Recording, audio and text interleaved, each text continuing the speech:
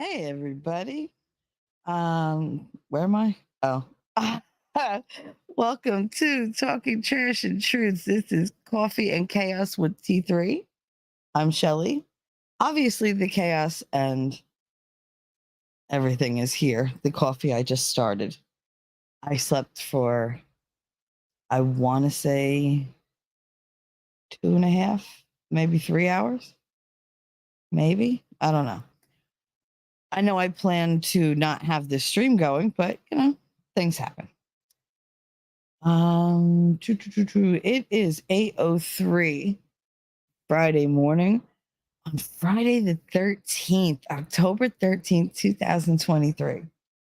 Now I have a secret love affair going with Friday the 13th. We always have a good day together. And today started out no different. Caitlin, good morning. She said, "Hey mama, I thought you were taking the day. I hope you're okay." Yeah, I when I fell asleep this morning, I literally could not keep my eyes open long enough to send the community post. So what did I do? I sent it not once, but twice within 5 minutes because I didn't remember either one. It's like, oh, okay. Typical of me. You can hear my voice is starting to go. T-Rex. I know what I said, but then, just don't judge. God. I'm in a good mood. I'm up. I'm not like functioning really, but I'm awake. I keep wondering if I'm too loud. I wish I could hear myself. I mean, I don't wish I could hear myself, but I wish I could hear like my volume or, if I crackle or whatever. That's the bad part about being on my end. I don't hear anything. It's just me. I'm literally sitting here just talking to myself, rambling on and on. I'm talking to you guys in chat. That's it. This is what I do. Everybody's like, oh, you got to show there every day. Do you know how hard it is to show up and just talk to yourself every day? It's difficult, especially to try to keep it interesting, which some days I just don't. Uh, I mean, what are you guys going to do now that I've worked through like so much trauma? Have no fear. There's trauma under trauma. So it's fun to still talk about. Um, T-Rex said, no judging. By no judging by me, been driving all night, so this isn't a pleasant surprise. Oh, I'm glad. Caitlin said, me and the 13th we is not friends. Okay. Today is gonna suck. But I finished my finals. See, so already doesn't suck. You finished your finals. Girl, stop looking at it half empty. We're gonna have words soon. Lady Awesome. Happy Friday. I actually thought about you yesterday. What the hell was I doing? That I was like, oh my God, I wish Lass was here. Oh, because fucking Inya. No, she's not here yet. But and I'm sure she'll show up at some point. Caitlin said I finished them yesterday before midnight. So which meant you had an entire Friday the 13th day free. So stop trying to find the negative. Damn it. Anyway, so Winning and Gary were doing a stream last night. I did a stream with Gary in the afternoon on his channel. And apparently that's going to be a daily thing or a semi-daily. I don't know. I need like the specifics in front of me before I can make a decision. I don't like to just make it spur of the moment now because my first reaction is, yeah, sure. Okay. No problem. I'll do it. And then I'm like, oh, I got to do this every day. I don't want to. I mean, my show is one thing, but I don't know. Sometimes I just can't rally for somebody else. T-Rex, I'm very half empty mood since Wednesday. If you know, you know. I always know. What the hell? Lady said I'm going to sit a spell. I'm gonna sit a spell and enjoy my last cup of coffee from my pot. Why is it your last cup of coffee? Did you run out of coffee? Is there a coffee shortage? Because I'll hurt somebody. I'm just saying. Uh Lady said, "Yay, happy Friday the 13th." I love Friday the 13th. It's always a good day for me. You saw yours and Gary's midday show. However, I was sleeping, so I didn't catch winning stream. Well, the stream last night was really, really good. What Gary and I did was we talked about like false accusers and how women need to start sticking up for the men who are falsely accused because we can get away with saying things to other women that men can never get away with saying. Like if we don't lead the charge and tell them they need to like back off the last of the good men out there, like I mean, then we're part of the problem. But they were talking about that. They were talking about education last night. They really got into education, and I had a whole bunch to say. They talked about so much last night. It was so good. Oh my god! And I was giving them shit from the chat because that's what I do. Les said, I didn't catch winning. So yeah, so then we wound up going over to Rumble real late, and that's when it got real spicy, and I really started giving them crap. But it was a really good day. It was a good stream. Everything was going well, except for like the world news. My like internal little world here, my little bubble, we're fine. Like everything was fine. It was a good day. T-Rex, sorry, Caitlin didn't mean to delete.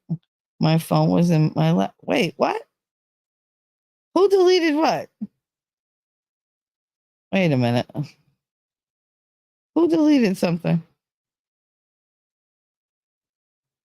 I'm confused. Did T-Rex delete your comment? See, now I'm very confused. Anyway, all right. Les said no, just from the pop my husband made. My wonderful husband makes me coffee every day. Oh, you did give him tiny humans. I mean, it's you gave him very tiny humans that get to, look like him a little bit, you a little bit. I wish I could still have little humans.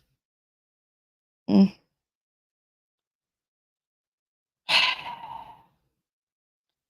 Caitlin, I don't think anything got deleted, but it's she said it's if it did. Basically, I guess it's like nerd like nerds if it did. So I'm just speaking for her now, T-Rex. But how dare you rude? In any case, it doesn't really matter. If she said something very like important, she would have went back and said, "Oh, it's gone. Let me say it again." We're not shy, our type. So anyway, so that was yesterday with those streams and everything. I was very proud of the boys. They did a really good job together. I mean, they always do, but yesterday they were just really, really feeding off one another, and they kept the dialogue going. They kept chat was hopping. So we just had a lot of fun yesterday. It was a good day. However, we were talking in chat, and I don't know, somebody said something about something offensive, and freaking Inya, she was like, "I wish I'm glad Lass isn't here, or she would have taken it to the fence." And of course, nobody in there got it except me because you had said it on my stream. And I was like, that was it. That was all she wrote for me. I was like, that's it. I can't even. It was hilarious. Absolutely hilarious. And that's why, like, everybody's been teasing me now because I can't even, because nobody understood it. What did I say? I said to the fences, to the trees, to that bitch just hits her. Ooh, no way, I can't say that. I was like, I can't say that because we were still on YouTube. But oh my god, we were dying. I was like, I really wish she was here. She would have really enjoyed that. To the fence, to the trees, till the bitch goes hits her knees. Oh my god, I was rhyming all freaking night. Every time they said something, I'd freaking come up with some kind of rhyme. It was the weirdest thing. Anyway, it is Friday the 13th. I needed that laugh. It was really good. It was. It was so funny last night. Oh god, I was dying. That's one thing. When I have Inya and Eris in the freaking chat, and the boys are up there doing their thing, and I'm like, oh, chat interaction counts for something, right? And we just go. Like, let's go. Let's go. All three of us in chat. That's like the evil trifecta. Come on. Let's see what we can say. Let's see what ish we could say. Oh my god, we had so much fun though. I mean, we were still like making. That's the funny thing. We were like cracking up and really cutting up in chat, and then all of a sudden we'd get real serious and answer them on panel, and go right back to cutting it up in chat. It was hilarious. Ah. Lady said, "Damn, I missed it. I'll have to be part of the replay crew." Oh my god, we were. I can't tell you. I was like, "Oh my god, it hurts. It hurts. It hurts," because I couldn't stop laughing. Oh, that's why I call you Lady Awesome. She said, "I'm so glad I'm the reason for an outburst of laughter, even if I'm not there." Bish, I'm still laughing because if you didn't know, it was just an innocuous comment that she made. Like, I wish Lass was there, otherwise she would take it to the fence. And I was like,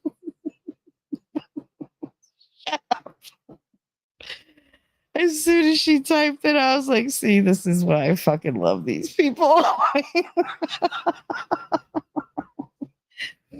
Oh, God. Sorry, but not sorry. Oh, I needed to laugh. Oh, see, this is fucked up because now I got the giggles. Raleigh, hi, honey. I haven't seen you in forever. Oh, welcome, welcome. How's it doing over in the UK? Ah, lady said, I love me some Inyamers. She cracks me up, man. She just Raleigh said, hi, Shelly. Hi, chat. It's Raleigh.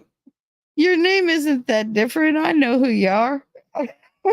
It kind of stands out. He said he hopes everyone's okay today. Yeah, I think we're all good. Hope you're doing well.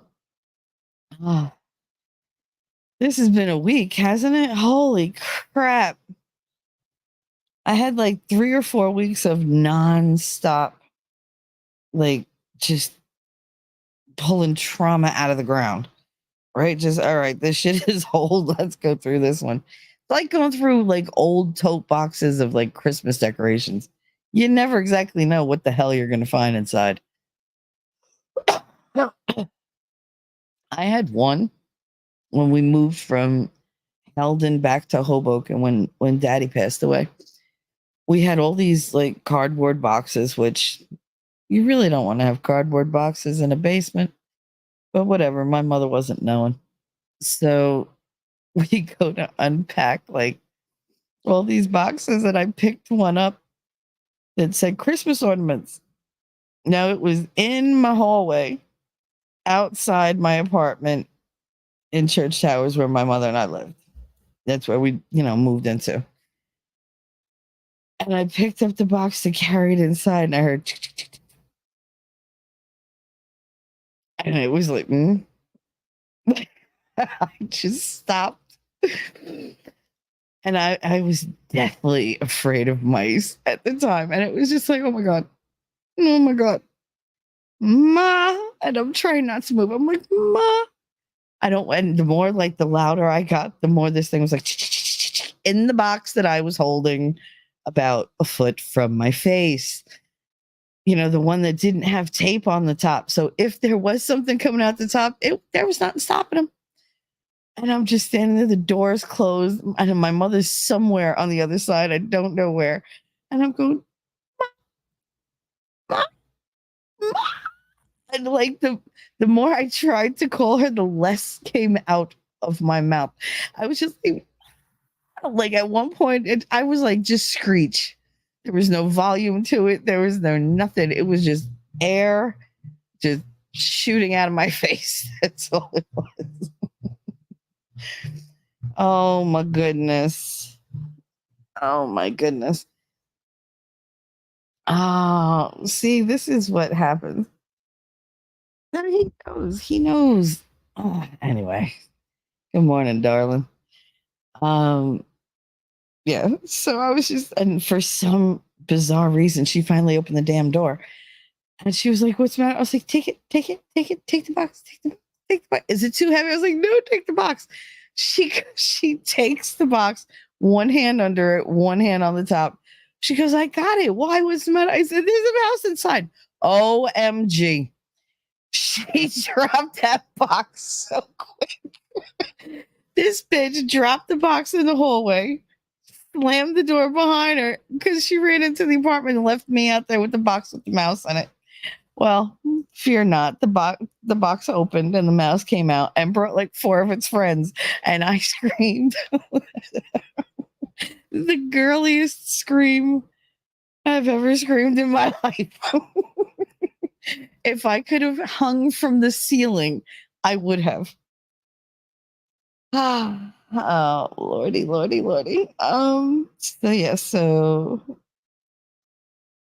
Caitlin said I missed all the funny stuff because I'm stuck in traffic in a shitty service spot. And Map says I may make it to work 15 minutes late. Can I go back to bed now? See, if it tells you that you're going to be late, I think that's just starting on a pessimistic thing. So, yeah, just I'd be like, nah, fuck it, I'm calling out sick. And go home and just take care of you. Get some extra sleep, go get a pedicure, get a manicure, get a wax, whatever. It's just you. You deserve a day off, just you, not streaming unless you want to stream. Not having to take care of other people unless of course you want to. Just take a day for yourself, honey. You just finished the friggin' finals. Hello. You deserve a little celebration. Would you say you got a 95 on one of your finals already? Or 93 or 95? I forget. It doesn't matter. It's still amazing effort, amazing grade. So proud of you, honey. You're just juggling so much. You got the kid, you got the hubby, you got the job, and you got the education, and you're streaming, and you're a good friend. Like, look at you. I'm so proud. You're killing it, girl. Killing it. Lass said, you've been facing your shadow side like a champ. You should be proud of your progress. I am. Thank you for saying that, though, Lady Awesome. I am very proud. Very proud. I had different reasons for doing each one, but each one was worth it. And I do feel a lot better. I feel, good God, so much better. But it's, I don't know. It's kind of like, I feel like that little girl every once in a while, but not the traumatized one. Like things fascinate me this week that I'm just sitting there going, wow, like that's really cool. I've never seen anything like that. And I'm just letting myself enjoy everything. I'm trying not to be negative or not to be pessimistic. Raleigh said, gosh, just realized it's early in the US. Yes, it's a little early here. It's 8:22. Everyone who is triggered by violence or graphic images, please be careful what you click on through the weekend with everything going on across the ocean. You're not kidding. It's been ridiculous. And it's only going to get more ridiculous. In California, It's 5 or 6 a.m. I'm never up that early. In California, it's 5:22 a.m. right now. Good morning, Winning Reality. How are you? He said, you weren't kidding. Hi, everybody. He said, hit that thumbs up, hit that like. That's right. Hit it, lick it, stomp it, sit on it. I don't care. As long as it goes in my favor. It's so funny because whenever I do a live, I always get like all likes, likes, likes, likes, likes. If I do a video and I release the video, I will get all likes and 3 dislikes. It's like every time 3 dislikes. Come on, at least switch it up. Make me, pretend like it's not you.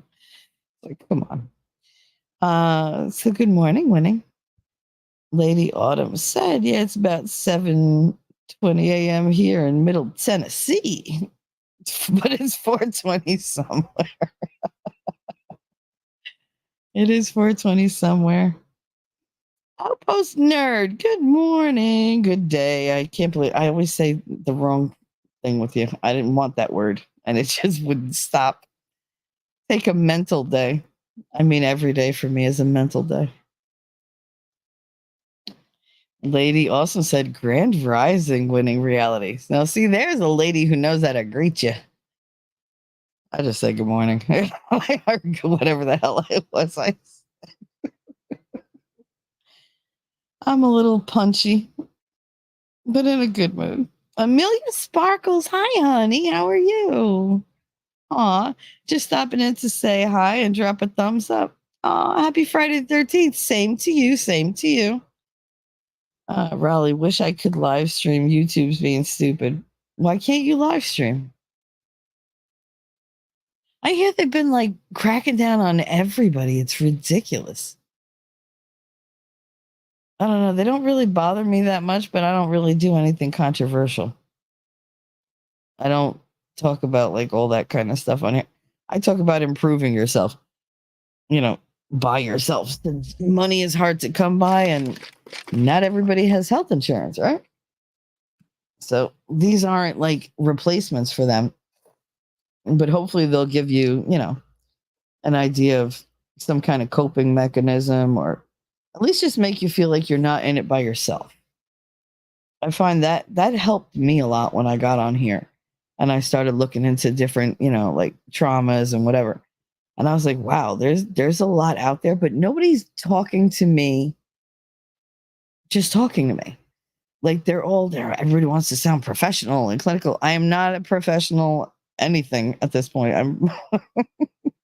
I mean, I qualify in certain areas, but no, I'm not trying to give professional advice. I'm not trying to give medical advice. I'm not giving any kind of advice. All I'm saying is what I've gone through.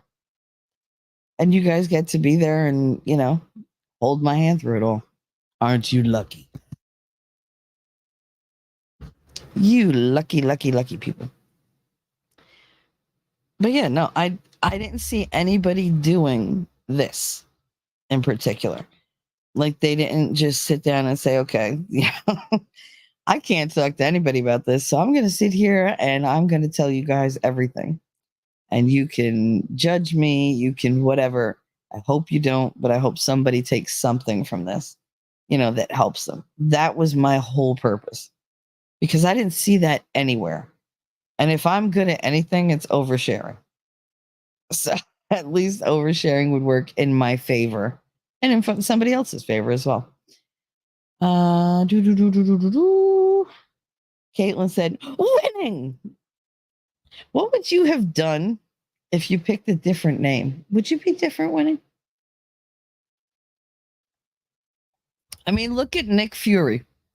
What if his last name wasn't Fury? What if his last name was like Happy? Nick Happy.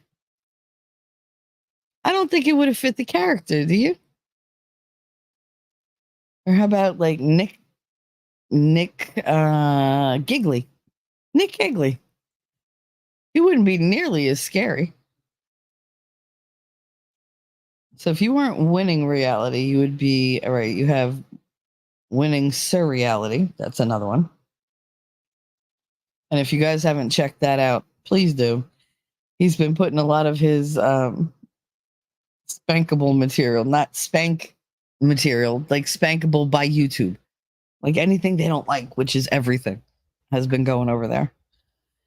Um, but what do I call you? Not winning reality. Sometimes I think you're spinning reality because like you start talking and I'm like, wait, we started here. Where'd I wind up?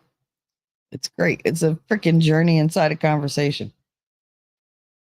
In case you guys didn't know, like I tell all of you, he's my best friend. I literally can tell him anything. And I feel like it's, the other way around as well, but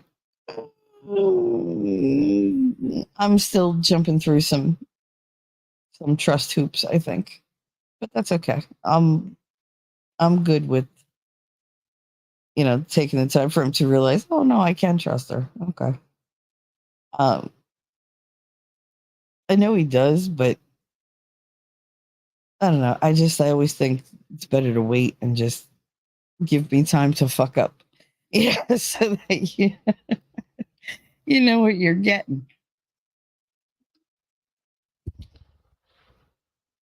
I'm still friends with all the people I was friends with before, in real life. So it's not friendship where I fuck up.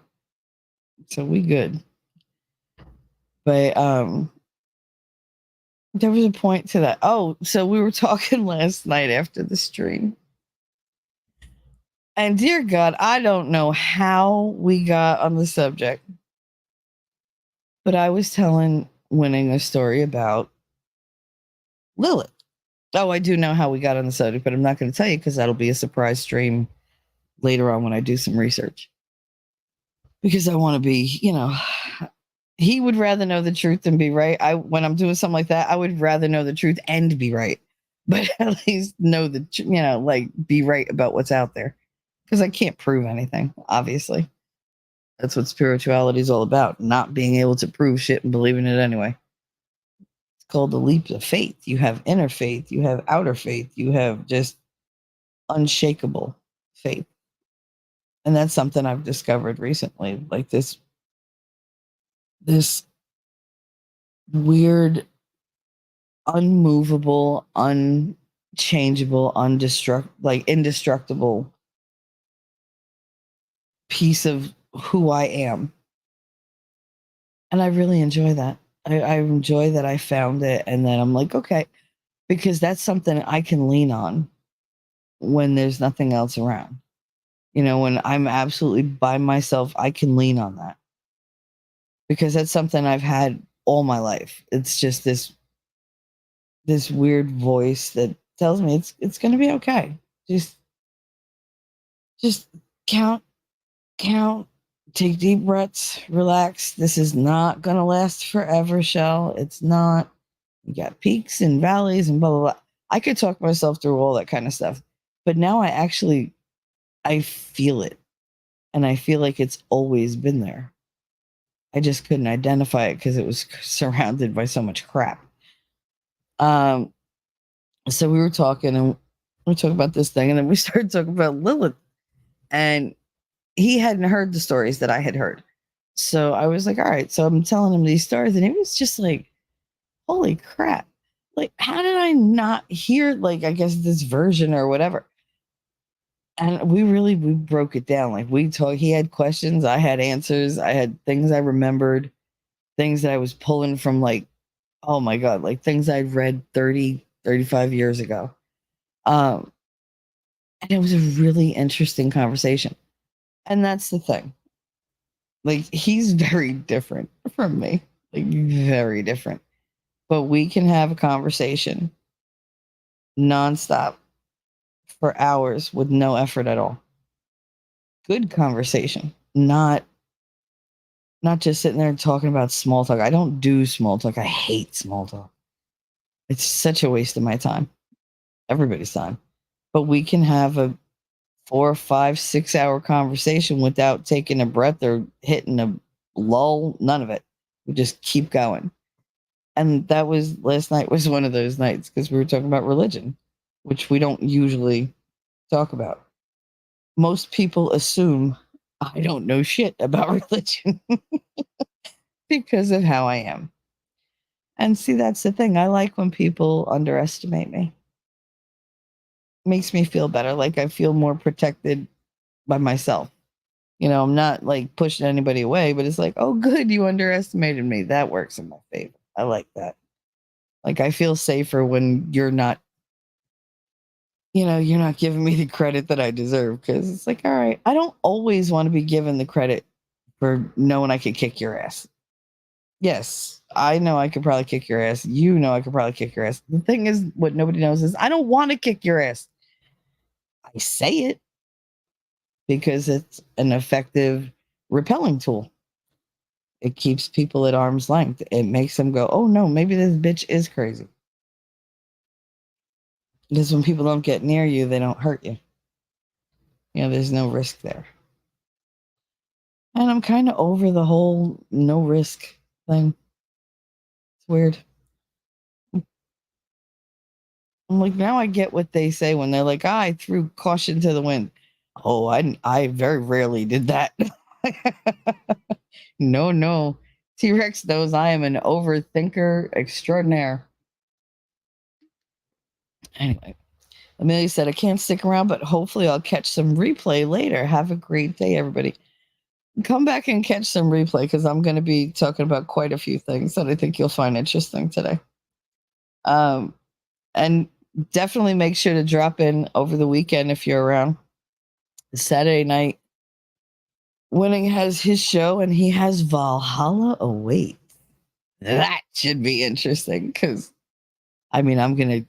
he's gonna have to like time me out or something because I'm gonna be such a heckler. Good God.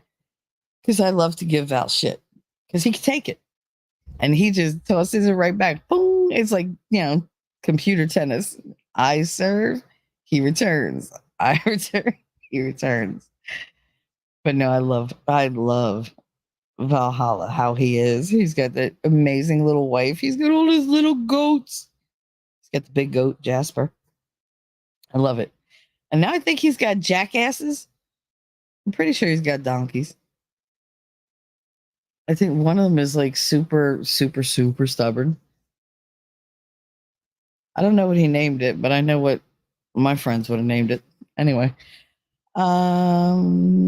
Raleigh said I pressed like, don't worry. Oh, that was very sweet. Thank you.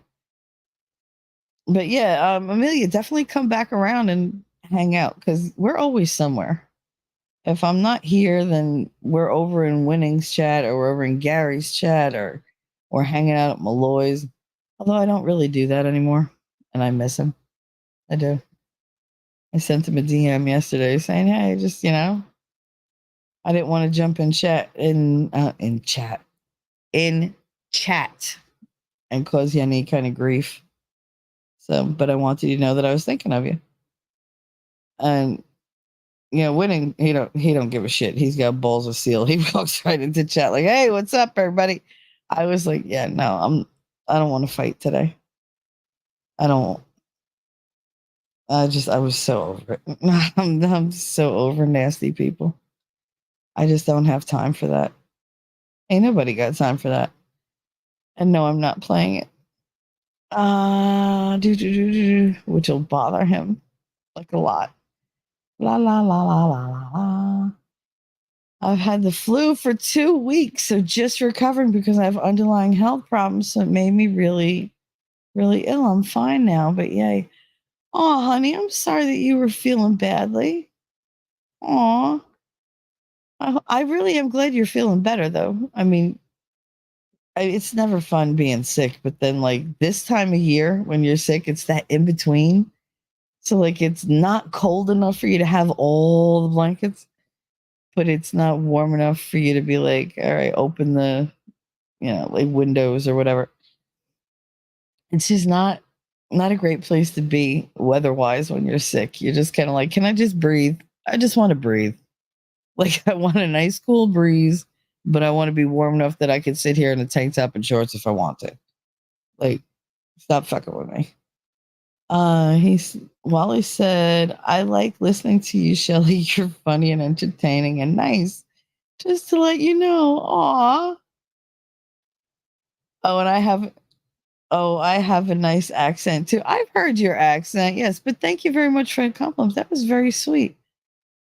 Did you just ask me who Nick Fury was? No, I disavow. I disavow you. I disavow. Nick Fury from Marvel, played by Samuel Jackson.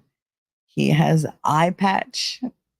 What if his last name was Happy? I mean, it would be a totally different movie. Winning reality. I don't think I could have picked a different name.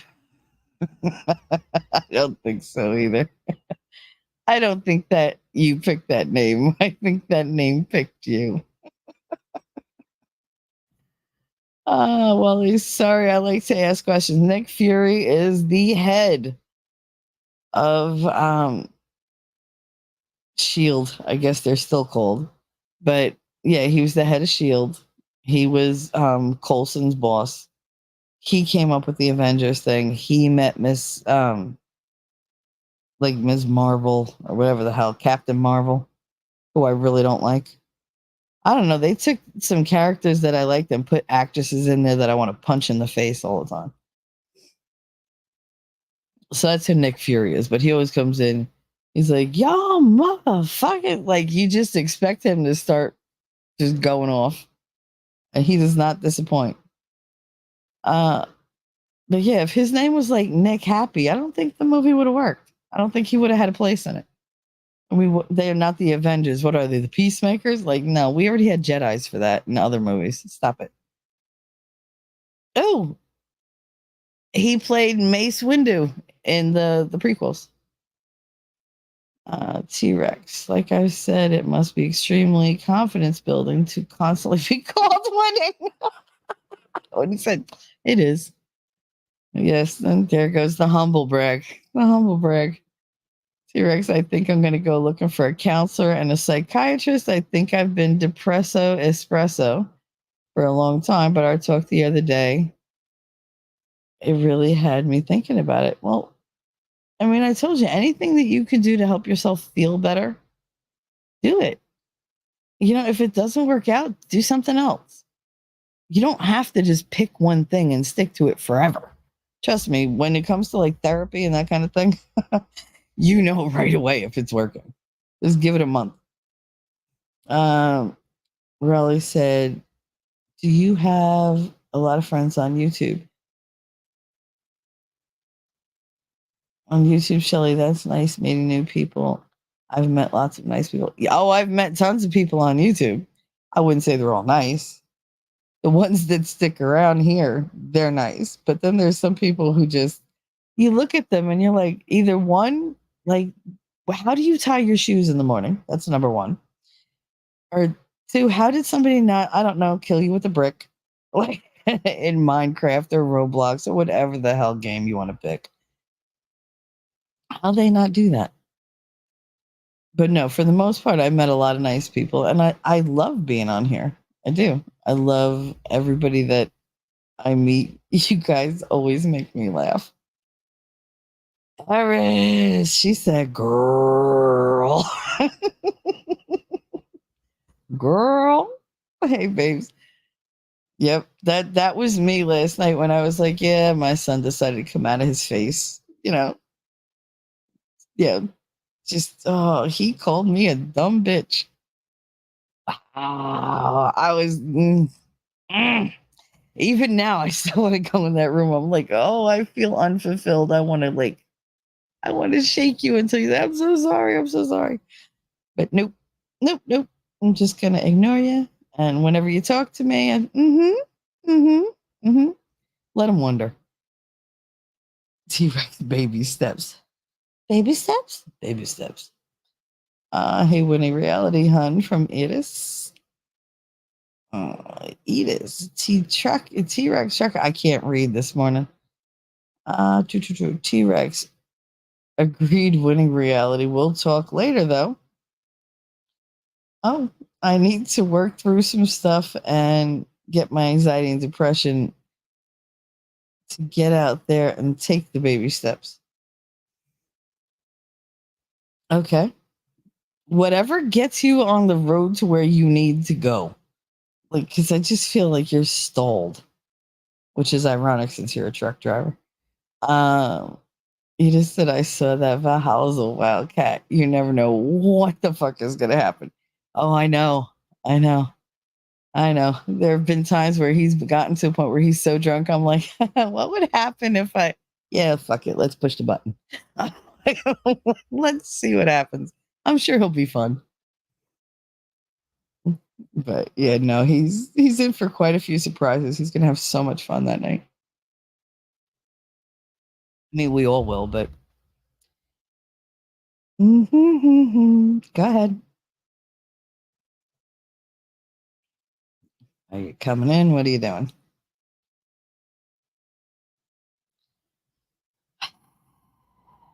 It's gonna make me do it.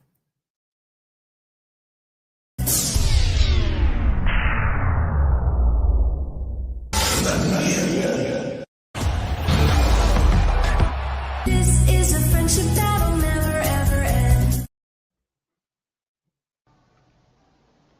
Baby steps? It means setting small, reasonable goals for yourself, one day at a time. One tiny step at a time. Baby steps. For instance, when you leave this office, don't think about everything you have to do in order to get out of the building. Just think of what you must do to get out of this room. And when you get to the hall, deal with that hall, and so forth. You see? Baby steps. Baby steps. Oh, boy. Baby steps. Baby steps. Baby steps through the office. Baby steps out the door. It works. It works.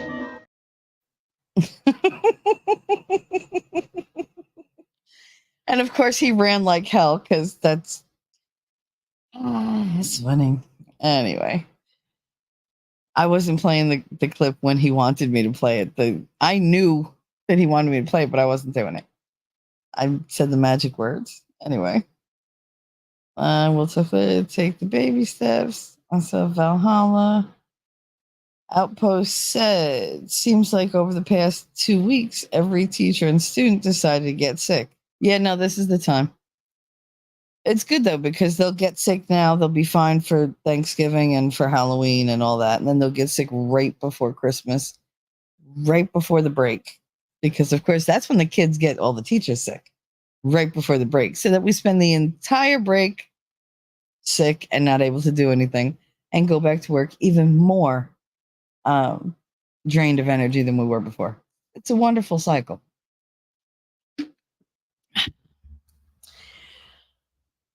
It is. Hey, nerd. Hope you're feeling much better. Yeah, he's feeling better. He's been a little MIA, but that's all right.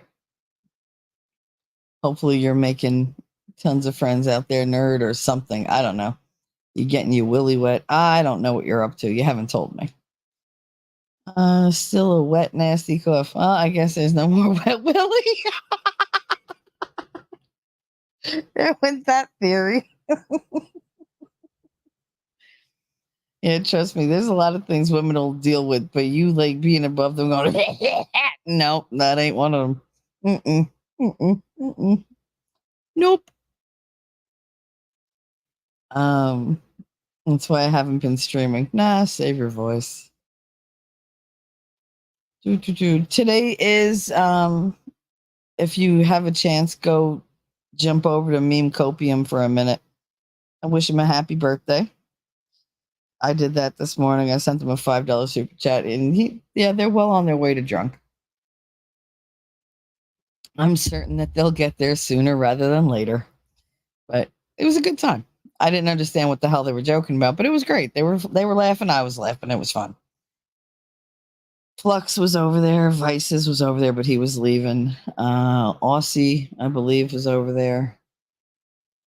Max was definitely there and very sober.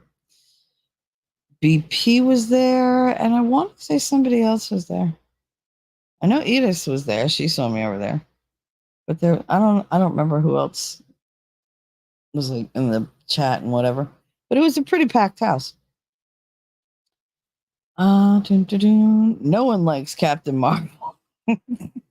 She serves no purpose in the story, and Larson is a bitch. There's just something about Brie Larson's face that makes me want to dent it.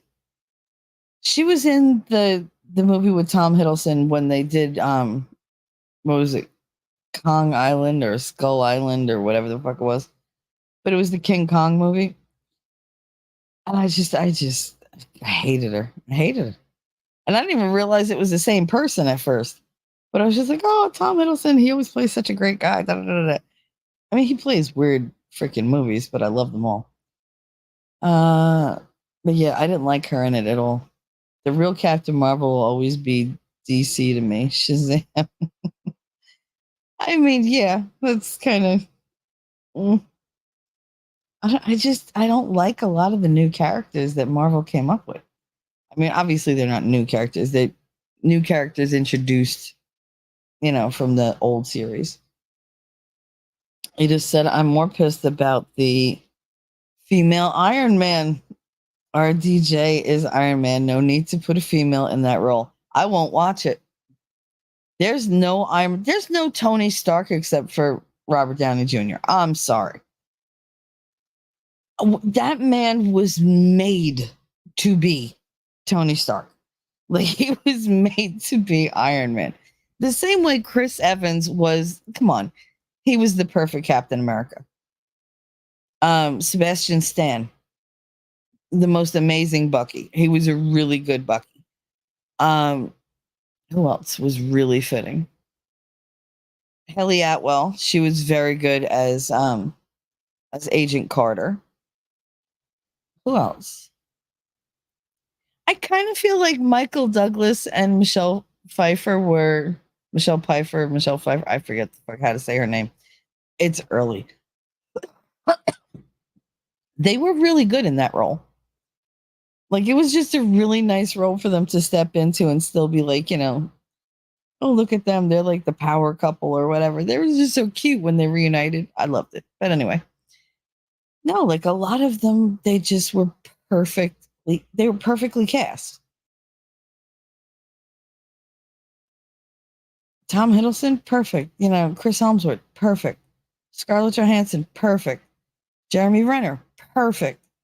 Every single one of them. I'm not talking about some of the other ones because some of the ones I just don't like. But even like Mark Ruffalo, perfect. I thought he was a much better Hulk than Ed Norton, because Ed Norton was just so angry. And he was just like, I mean, I know the Hulk was angry, but at least Mark Ruffalo brought like a kind of humanity to it. Because he always looks sad and pained. Like, he always looks like he's in pain.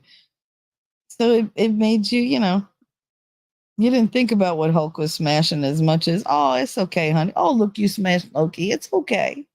You were upset. It's okay. Puny God. Like, it's, yep. Love that movie. Anyway. Yeah, no, there can be no female Iron Man. No, come on. You're lucky that I went to where I went with letting Pepper have that damn extremis power and the friggin', the Iron Lady suit or Iron Maiden, whatever the hell it was. Oh, Shelly, wake up. And Shelly woke up and chose violence today. Maybe. T-Rex said, Shelly, I was talking with a in real life friend. Oh, you have those? I used to have those. They're around here somewhere. I just don't really go looking. And they're listening now, probably, or they'll listen later, which is like, hi, guys. Love you. They know I love them. They've been dealing with me for decades. So I was talking with an in real life friend yesterday. I showed them a picture of Argyle before I told the story. Oh, God. You just. She said she fucked you over, didn't she? Yeah, she got the crazy eyes. I told you. I tried for the first like 2 minutes after you told me what happened. Not to say I told you so, but that shit had to be born and just hang in the air. Cause fucker, I told you so. You'd think guys would like just pay attention. When I tell you what a bitch is like, Trust me. I've dated them all. I've known them all. I've been friends with them all. I am them all. So guess what? I can tell you what's coming at you. But fine, whatever. Oh God. Every time my phone lights up, it's always some news alert, and I just don't want to know. Anybody else feel like that? I just don't want to know what's going on right now. I want to carve out this little niche in time and be like, you know what? Nothing's gonna bother me. Nothing can get to me. Just let me have my little happy right here. I'm in a good mood. It's a Friday. It's Friday the 13th. I love this day. I just love everything about it. And you just know somebody's going to come along and monumentally fuck up my day. So it's like, all right, I'm ready for you, bitches. It is right, nerd. She steals stereotypes tech and she's as good as better. Fuck off. Yep, pretty much. Marvel went to shit after phase 3. We're not on phase 5 and 6. Richard Dreyfuss and Bill Murray, two of my favorite actors. Well, duh. Jacob, good morning, lovey. How are you? He said, rising, folks. I'm sure you are. Oh, look, Winning got all happy to see you. God, I'm like 7 minutes behind in the chat. What the hell, man? It is hugs, babe. Got to go do wrenchy things this morning. Wrenchy things? What wrenchy things? Where you going? Come back later. I'm sure we'll be here. Love you, hon. Love you too, sweetie. Thanks for coming by this morning, especially since I wasn't supposed to do a stream. And I don't know if I'm doing a stream later with Gary again because he wants to do like a daily thing. But that was a little like short notice for me last night because, you know, I knew I was going to stay up late. I didn't know exactly how late, but I knew I was going to stay up late. And then, as usual, I didn't know if I was going to get up this morning. So I was like, I'll cancel the show just so I don't disappoint or leave them hanging. And if I'm awake, then I'll do one if I feel like it. Because sometimes I just don't have anything to give, guys. If it's been a rough week, I'm like, you know what? I love them, but I got nothing. I'm going to get on there. I'm going to be, distracted and cranky, and let me just not do it. Trust me, when I'm not here, you're better off because that means that there was a reason I stayed away. It is, okay, so she love you, hon. Jacob, hey, Winning. Hey, Winning. Sorry I missed you and Gary last night. My ass was in bed by the time it started. I was out 20 minutes later. So let's get this straight. You come to my stream, my channel.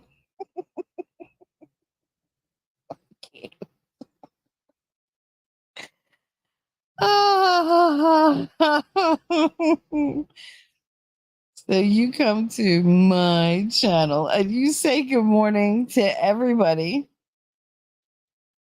and then have a conversation with Winning.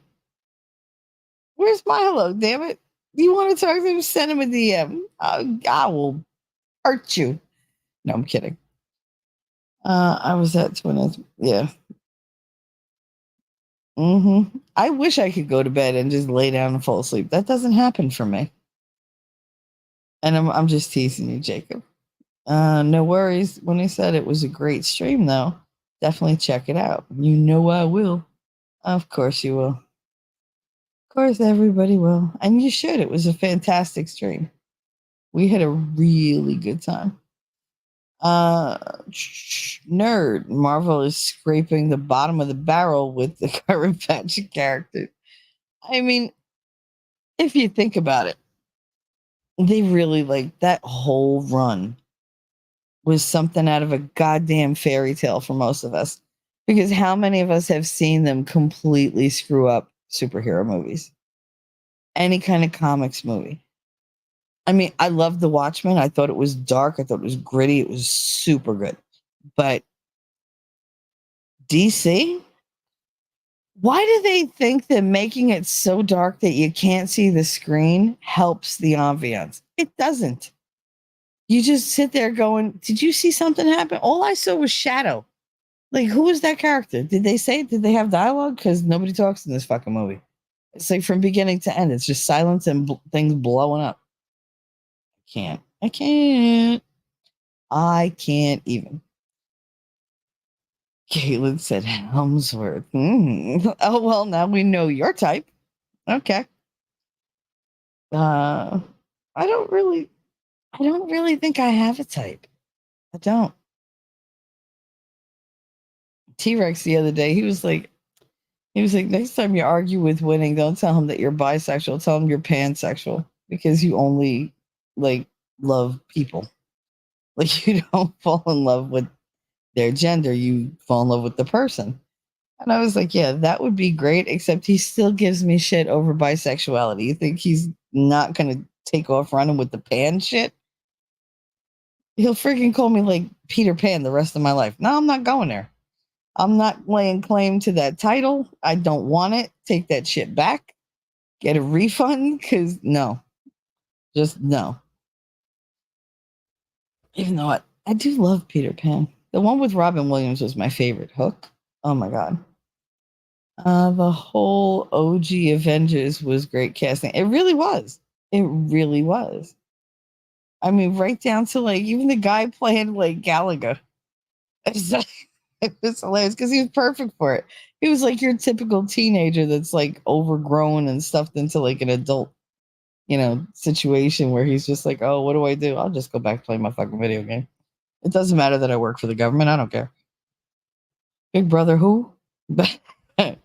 Nerd said would have loved to seen Edward Norton back as Banner. No, I don't like him as Banner. I really don't. I just don't. There's something about Ed Norton that just aggravates me.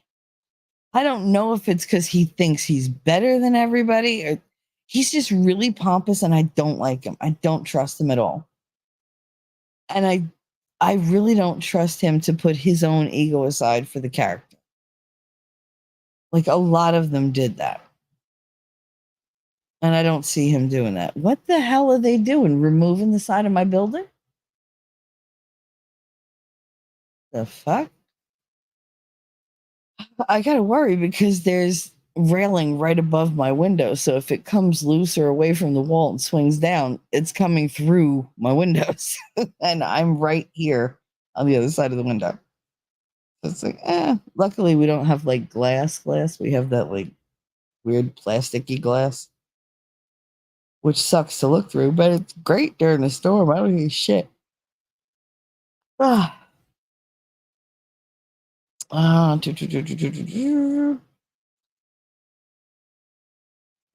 Even Gwyneth Paltrow was good as Pepper Potts.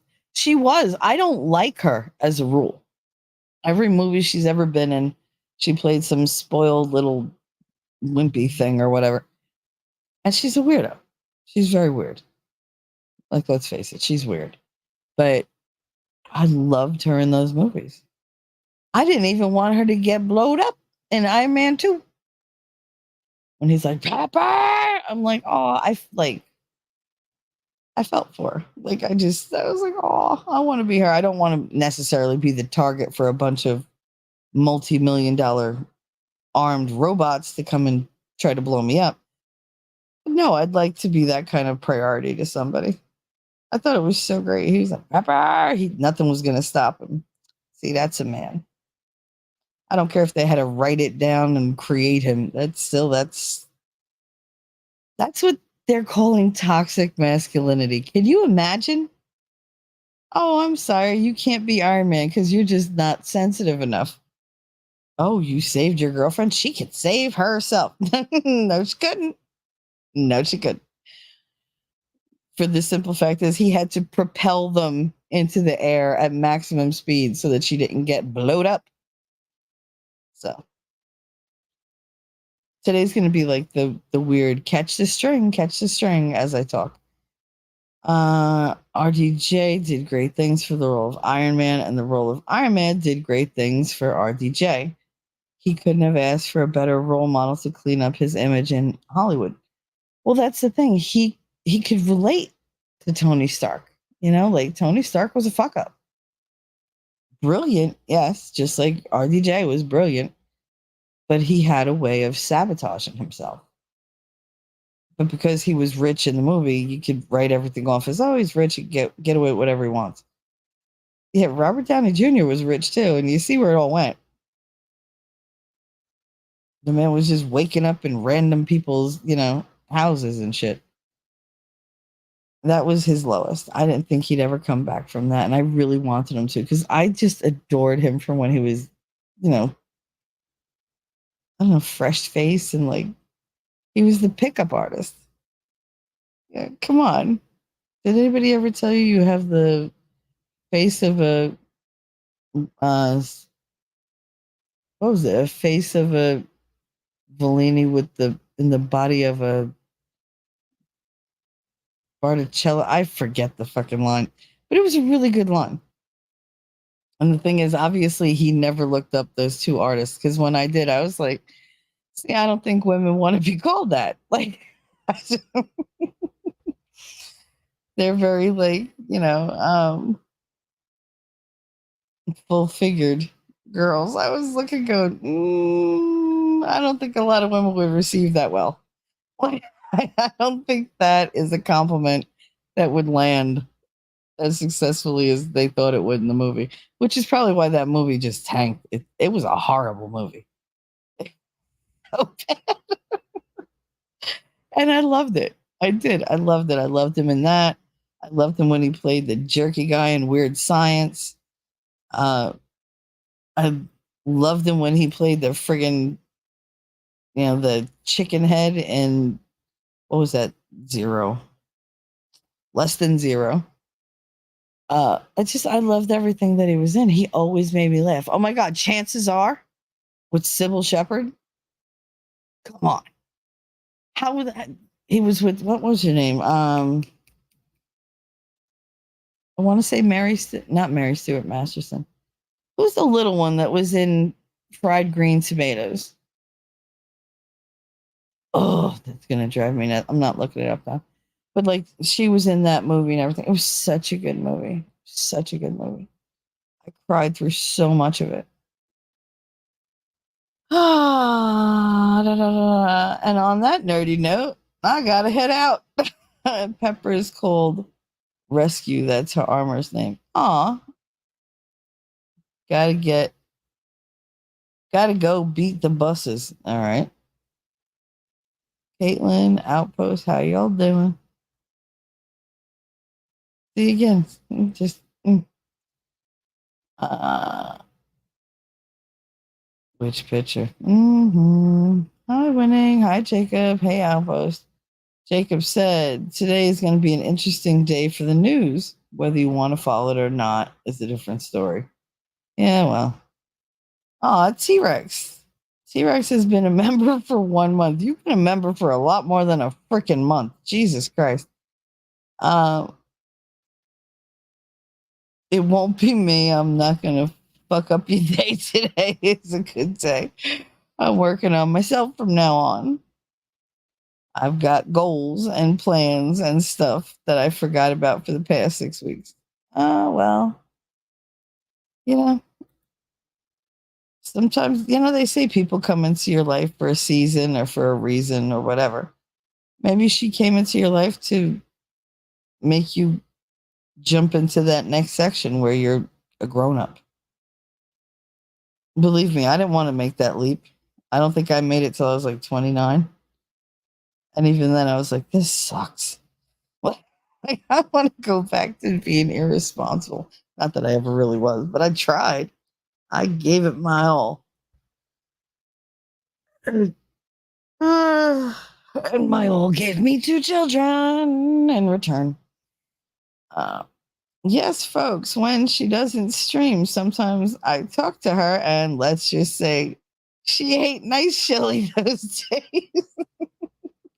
See, you bitch and moan. I brought this up yesterday. I said, you insisted I'm like, I'm not nice or whatever. But yet you keep coming back. And you won't tell me when I'm not nice. So it's like, I don't know. But then you're like, oh no, I think you're always nice. But then you go and pull shit like this. So it's like, really? Okay. Jacob said, I guess I could share the love. Good day, Shelly. Thank you. Thank you for that little bit of love. What are you taking lessons from my mother and neglect? That's fine. Same could be said about Ruffalo. I mean, there's something um there's something that's broken in a different way with Ruffalo. Maybe it was that he had that little bit of a stroke. That's why the one half of his face is that way. It could be because I've seen him in so many movies where he just plays this guy that you're like, really? Are you ever gonna get a clue? Uh, he played in quite a few like really good movies. 13 going on 30 was that was when I was like I had a little crush on him after that. Because who didn't? I mean, Jesus, that was an amazing movie. And the fact that he was like, oh yeah, bottle caps and like, oh my goodness. It was a good movie. Uh, my favorite role of his will always be Tropic Thunder. I have not seen the movie for no other reason than it could never be done today. Listen, you're still too young to know what it is to have movies that can't be done. You guys can't even watch shit like Benny Hill. They used to be on regular goddamn TV, just this old freaking pervert chasing around every half dressed, tits out, ass hanging out from under her dress type person on TV. He was sexual harassment. But he was hilarious.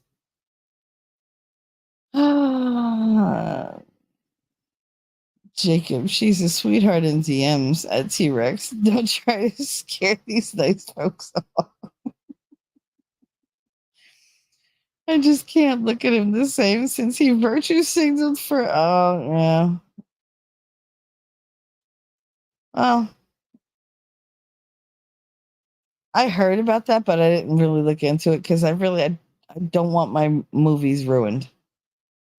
I don't have to watch him from here on out, but like the old stuff, no. Like you're not taking away my Marvel movies. You're just not. I'll cut a bitch. T Rex, not nice, Shelly. It's just more blunt than normal. I appreciate extremely blunt people. Um, Now, while I recognize that most people would consider it not nice, I like it. Gary Lamb said facts. Facts about what? Don't take away my Marvel movie or not nice Shelley is more blunt than normal? Because I'm pretty sure the people here are like, how could she be more blunt? Oh, you have no idea. And good day, Gary Lamb. How are you? How are you? Did this morning find you well? I'm having a hard enough time holding my eyes open. Like, just go to sleep, bitch. But I don't want to. Because I know I'll lay down and I'll be like, la, la, la, la, la. I refuse to acknowledge Ray. Taking away my movies. Yep. No, it's why do they have to reboot and redo everything and then redo it in this stupid woke mindset? Like, this was my childhood. Can you just leave my goddamn childhood alone? Just leave it alone. Let me grow up with my heroes. They were my heroes. Go get your own goddamn heroes. But you know what the problem is? Nobody has any imagination because now this is the woke generation. There's no imagination. They're too busy justifying their feelings. That's where all their imaginative like creativity goes into spinning these yarns that I'm a real woman, even though I have a penis. Like, all right, if I'm a real woman with the penis, it's because I'm with the dude that penis is attached to. Like, that's just how that works. See how that works? See that? Yes, sir. Yes, ma'am. Like, I don't need it on me so much as I need it in other ways. And it's better if he has it because if I had control of the penis, we'd never leave the house or do anything all day long. That's why God did not make me a man. because I would helicopter penis my way through half my life and spend the rest of it being like, oh, I'll be grateful. Come here. Like, no, I'd run with that shit. See, now you're making me think of happy times. Anyway, Gary said, so you haven't slept. That's not true. I fell asleep. I did. I fell asleep and then I woke up and was like, are you kidding? Like, I was like, I just want to sleep. No, no, my head would not shut up, Gary. It just kept, and that was it. So here I am. Come up with new heroes. Yes, I mean, they just don't have any fucking imagination. None. So, like, oh, you know that thing they all enjoyed? Let's redo that. You know, I have bits and pieces of relationships that I've enjoyed. I don't want to relive them because it's not the same the second time around. I don't want to meet somebody and go, you know what? One of my favorite memories with my ex is this. So I want us to do that. So that could be our memory. No, bitch, get a new memory. Don't try to redo. That's gross. And the redos are almost never as good as the original. I like the topic fighters fatigue. Well, that's what I meant to talk about. And I will because I have notes. Irish, hello, honey. Came in to say hi before starting work. It's lovely to see you. Thank you for dropping by. Gary said, I am so there. Oh, yeah. Fighter's fatigue. It's real. It really is. Jacob said, AZ said it great, even though there was a mixed reception to his rant about Starfield. These people are boring. That's why they can't be original. Gary made a weird face, and this is the rolling eyes emoji, I think. I don't know. It's so tiny, I can't see it. There's a whole bunch of men out there that are like, damn, I hate that line. But anyway, I just finished with my morning rants on why the hell I'm still doing this. I don't do that rant in the morning. That's usually something that I do like around 11:30ish at night when I'm like, why am I doing this? Why am I going to bed early and I'm missing out and I'm going to get up in the morning? I'm not going to want to do the goddamn stream. And so I'm like, I'm canceling it, which is just what I did. I canceled it. I was like, I need sleep. I need rest. Who am I convincing? I'm trying to convince me because everybody else is like, you need to rest, darling.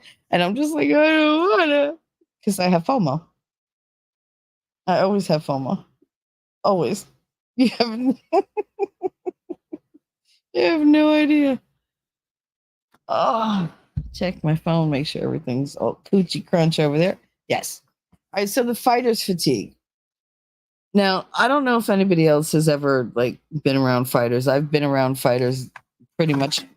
Fuck, there went my clipboard. My whole life.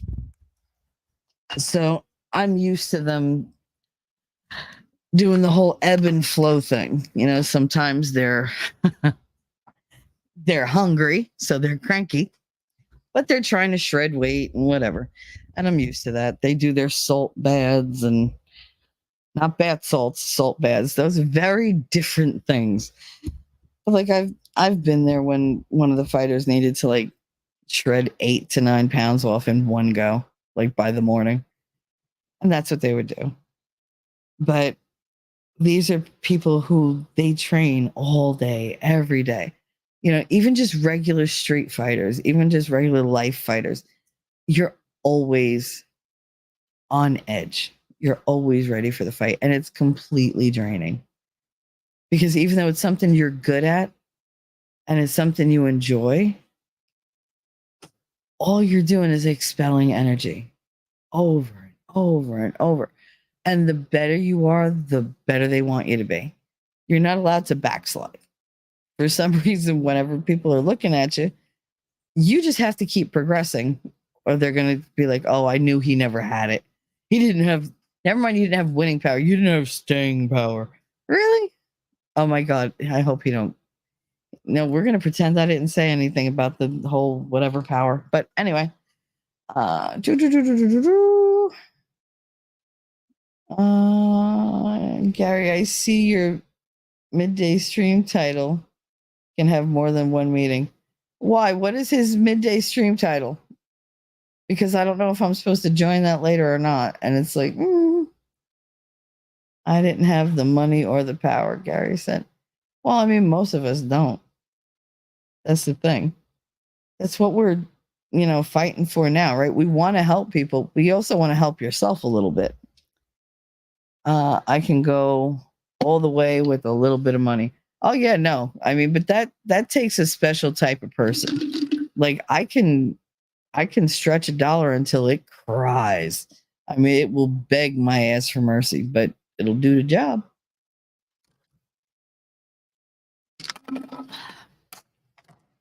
Sorry guys, I had to finish my protein shake that got really, really warm. And let's just say it didn't taste good. So down the hatch with the water we go. Anyway. Jacob said push for the meatless existence at Shelley. Eat the bugs. Eat the bugs. You like the bugs. Bugs are good for you. Eat the bugs. Yeah, no, I don't want to eat the bugs. Volstorm, hi, honey. Haven't seen you in a minute. I mean, when I go over the experts, I see you, but I don't want to go all grandma on you, but you don't call, you don't write. Yeah. But I'm feeling very unloved, very like heartbroken. And now I'm over it. It's good to see you, baby. Gary said we had to learn how to stretch every penny. What's that line from Hairspray? We're out here trying to make $1 out of 15 cents. I know that feeling so well. So well. You've been shamed? Shame. I wish I had a bell. Ding-a-ling-a-ling. Shame. Ding-a-ling-a-ling. That's my makeshift bell. I woke up in a very silly mood today, and I don't know why. Catherine, what are you bringing me? No? Okay, that's coffee. Yes. Okay, for that you can live. But take that other thing away. I don't want anything else. Thank you for the coffee. I appreciate it. You may survive the day yet. We don't know. It's still early.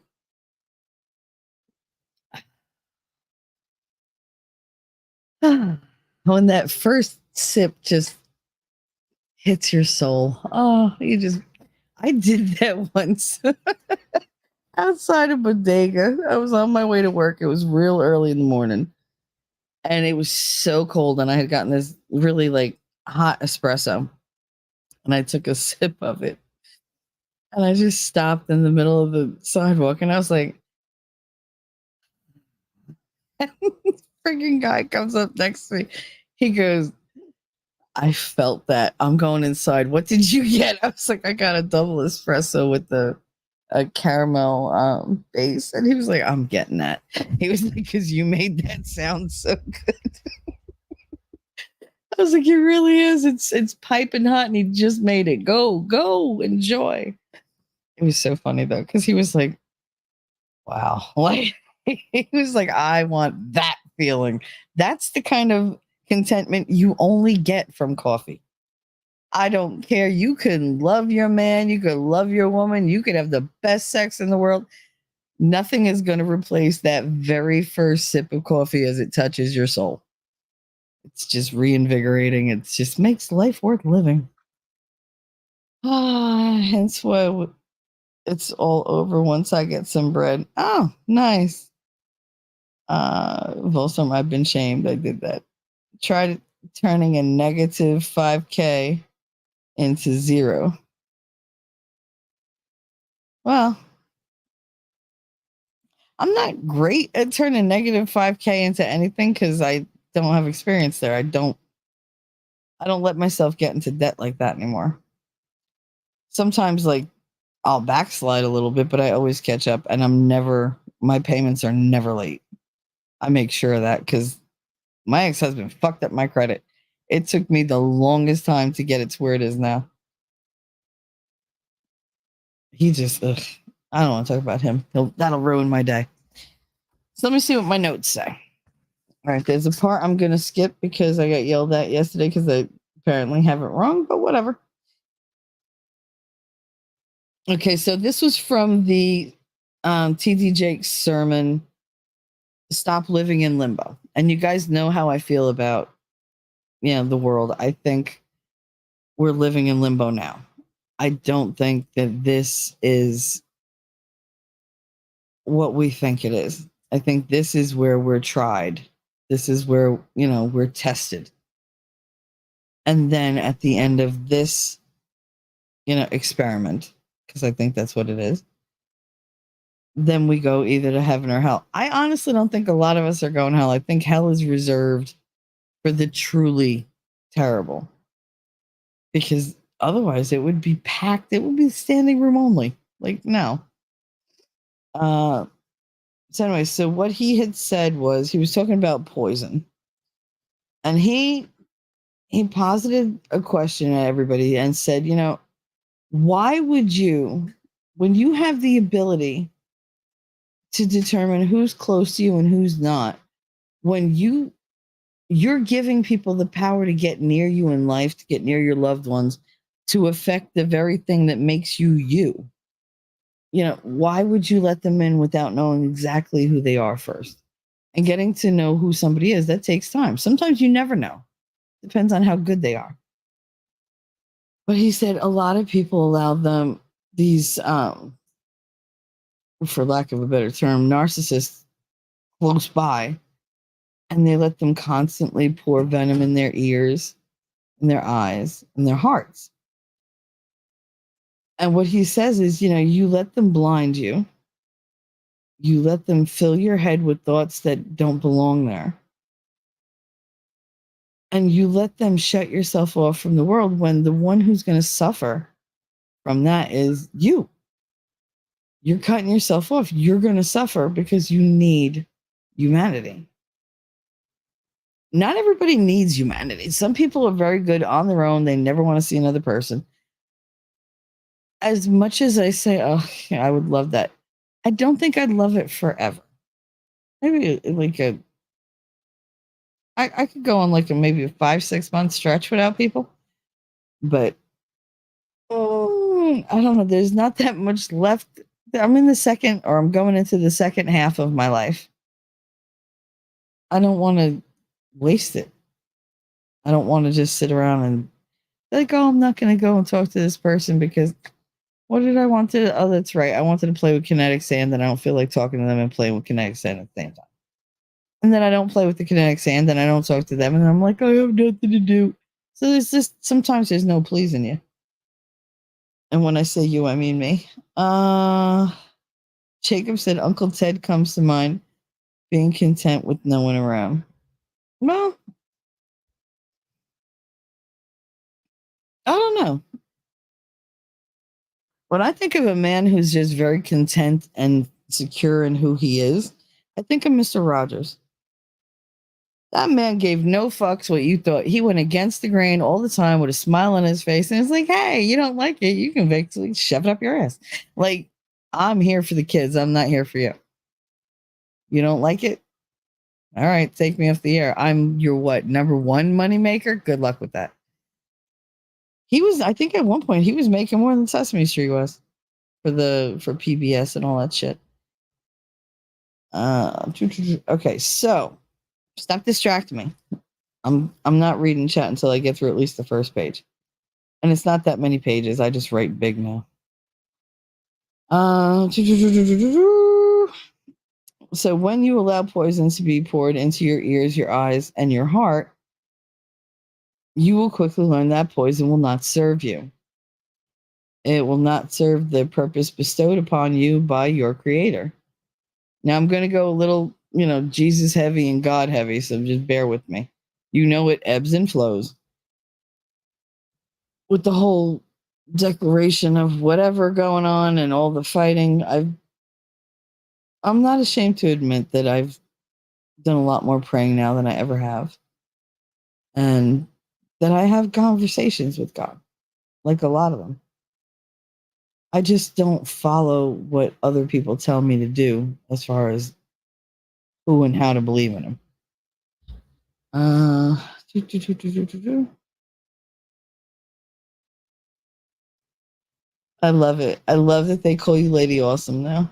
All right. So, and I paraphrase most of what he said because I was just blown away. So it serves no one but those who serve the other. It serves the cowardly and the weak, those who don't believe God exists within them. The person comes from the dark. The poison that they're talking about comes from the darkness, and it's bred into humanity in the absence of God. And fighting that poison, that darkness, is an ongoing battle. You got to imagine it's like dropping one drop of black paint in the middle of a white canvas. Doesn't look like it belongs there. It sticks out as much as possible, but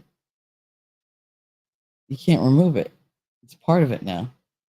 It's already seeped in. It doesn't matter how many times you paint over it, you will see it. Somebody else wouldn't see it, but your mind already knows it's there. It's always going to see it. It's going to catch an outline or whatever. People are going to be like, "You're crazy. I don't see nothing." No, I see it. That's all it takes. As long as you see it, you can address it. Don't let anybody else do it.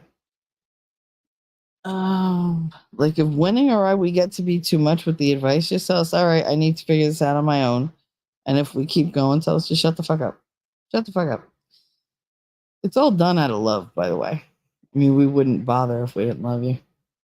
I had a couple phone calls and finally got caught up to live, so my apologies. I miss you strolling into chat.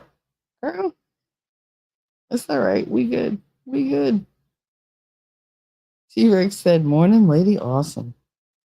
And Gary Lamb said she's right. Of course she's right. Who are we talking about? Are we talking about me? Or are we talking about last? Because usually it's last that's right and me that goes, okay. All right. So serves no one but those who serve the other.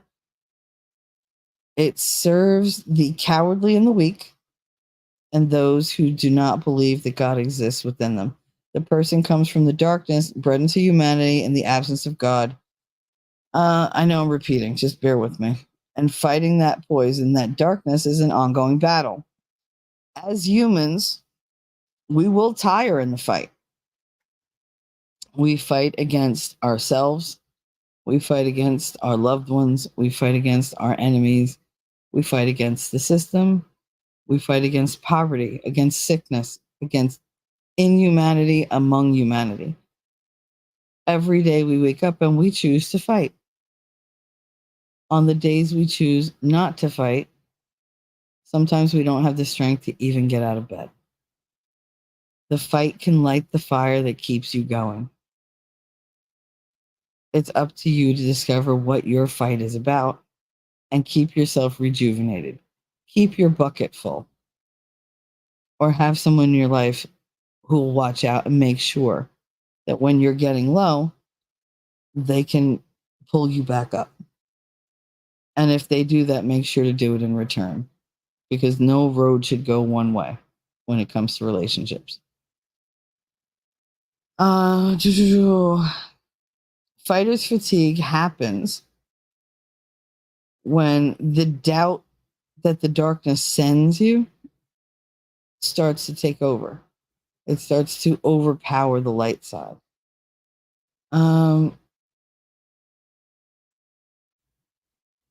The doubt that they feel is born in that same darkness that rebels against God and rebels against all existence. It's the same darkness that embraces death like an old friend. It actually longs for it and takes you on the journey with it. Sometimes your emotions rule you. You have to be able to recognize that and say, in that moment, that wasn't me. I was doing the action, but I have no idea what was going on because somebody else was driving this car. I know I speak in metaphors. You guys should be used to it by now. Uh, the only way that the darkness can defeat God in the hearts of men is to have them fully betray who they are at their core, to have them doubt themselves, to have them go out with these wonderful gifts that God has given them and not use them because they don't believe they're special. Because some jealous fuck came along once and said, I don't know why you're doing that. You're not good at it. At that point, the little girl in me would have been whimpering in a corner and just keeping her mouth shut. The girl in me now would have been like, really? What the fuck are you good at? Show me. What do you do with your life? Because I'm tired of people trying to call me up on shit. They're like, oh, you did that. Yeah, I'm sorry. Where is your saintly vestments? God didn't make you a saint? You mean you're fallible? You're human like me? Who'd have thunk it? Oh my goodness. But you're lucky that I don't tell your secrets, right? That's what I used to tell people. You're lucky I don't tell your secrets. Now leave me the fuck alone. Usually that was enough. No more. No more. The darkness drains you of all the light and leaves you open to corruption and a deviation from the path you were born to walk in service and in deference to that light. The darkness can change your destiny and not for the better. The battle rages around you, and the perils of the fight leave you feeling battered and bruised. That's when the Lord sends you his strength. If you're open to it, you'll receive it. He's going to continually send it anyway. He will send empowerment and he will send ways for you to recharge. He will send people to you in your life that will only make you laugh. All you have to do is lean into what he says and not what the church doctrine says, but lean into what the gospel says and you'll be fine.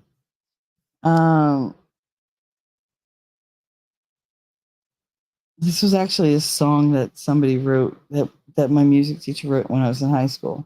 That's why I remembered it. And he had mentioned it a little bit in his sermon, but as soon as he said, um, God shall supply, I was like, oh my goodness, I know that line. So, I mean, the guy who wrote it changed it, so I'm just going to paraphrase it. And it said, for my God shall supply all my needs according to his teachings in Jesus. He gives his angels watch over me. And that was a song that was written. My music teacher in high school wrote it. And how did he start it? It was a really sweet song. He said, my God shall supply all my needs according to his wishes in Jesus. He gives his angels watch over me. Jehovah Jireh cares for me, for me, for me. And that was like the song. And I didn't know what the hell the words meant, like all the names. I didn't know God had more than one name. All those years in Catholic school, what was God's name? God. If you had to call him anything, you called him the Father and you capitalized that F. I still can't refer to God with the pronoun he unless the H is capitalized. Is that not weird? Gotta make a phone call. Be right back. I'm on I-40 westbound, about 50 east of Nashville. Nice. So you're westbound? Westbound and down, 18 wheels rolling. Expert. Good morning or good day or how high with the happy heart and a fart. How are you? I don't know what words should go into it, but I think Shelly's theme song should be the theme from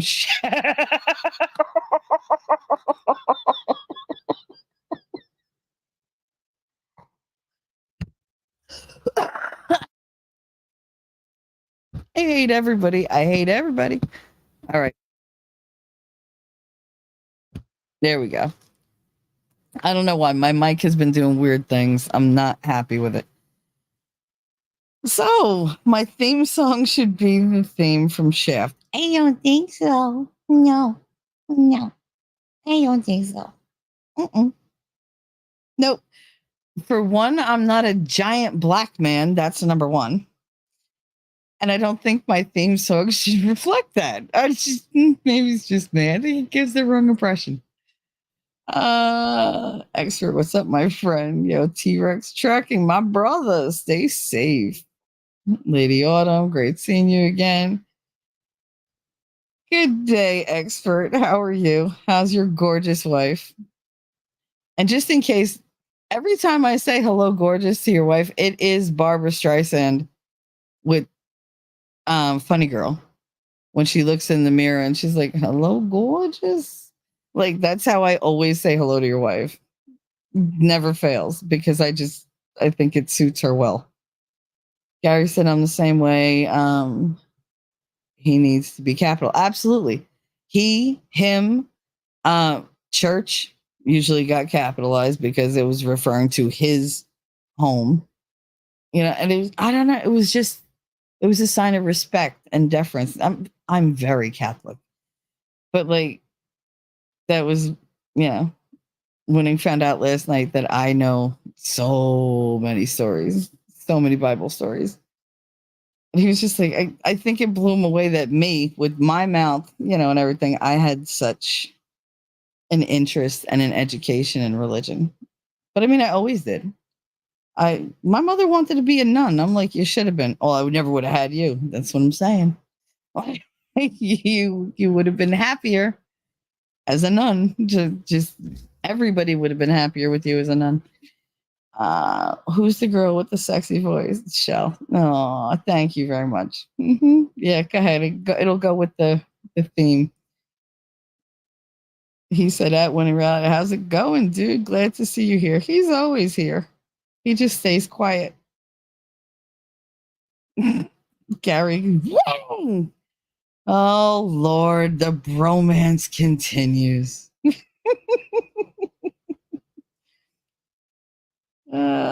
I like bromances. I like to sit back and watch you all be goofy together. Winning Gary Lamb. Y'all are funny. You make me laugh. Who's the girl that gets all the guys? That no. No. No. I don't do that.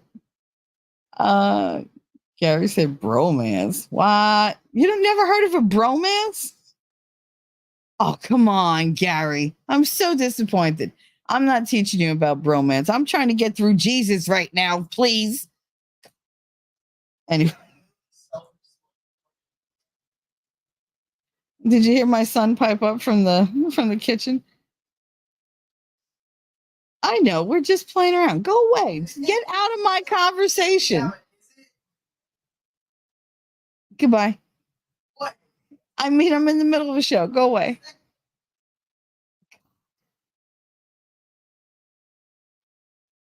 He's like, it's self-explanatory. See, my son's giving you lip, Gary. Don't get it twisted though, because I mean he's giving a little pushback, but that's okay. I get real serious. Like, if he needs to be reprimanded or redirected, I'll do it. But no, he's just giving me crap because he can hear me say it. When I say, oh my God, it's not capital on purpose because when I'm talking about God, I always capitalize it. Yes. Usually when I do the OMG, I try to keep the G small because then it doesn't feel so blasphemous. I mean, when I tell you, like, I am completely Catholic indoctrinated, they did a thorough fucking job. Let me tell you, I swear that's why I curse, so that I could rebel against it all the time. He goes, yeah, but that's not this. Facts. That was a very That was a very nice poem you wrote for me, Gary. Aw, did you write a little poem for winning? Aw, don't deny it. Come on, don't deny your love. It's fine. Bullstorm. She's a bad motherfucker. Watch your mouth. Just talking about Shell. You damn right. You damn Skippy. Gary said, when? No. Oh, come on. Stop. Thought that was a very nice poem you wrote for me, Gary. I mean, you didn't have to correct it, winning. I knew what you meant. I said it. I said it. Ladies said, shaking my head, teenagers, they know everything. Just ask one. I know. When I was a teenager, I knew everything. I wish I would have kept that information. It would have helped me through life, but no. Somehow somebody came along and I was like, oh shit, you mean I don't know everything? Oh, I know nothing. I know less than nothing. Awesome. I'm glad I know where I'm starting out. It's good to start out with less than nothing because the only place you can go is up. Gary said, I don't remember this. It was the start of last night's show. People have to go watch it. You don't remember? Come on, it was there.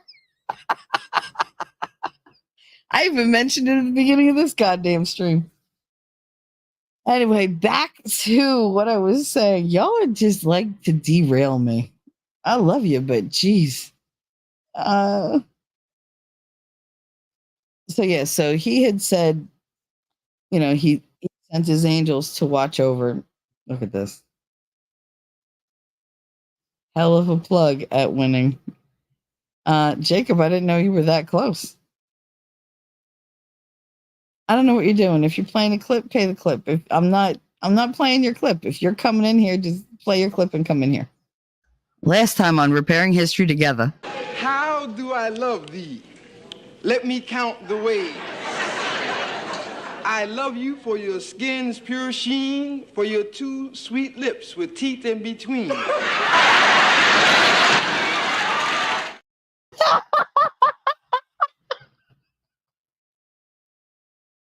That's my favorite.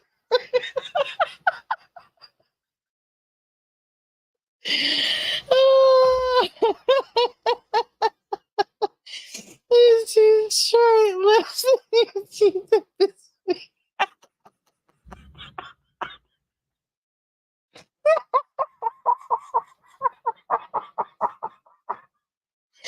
No.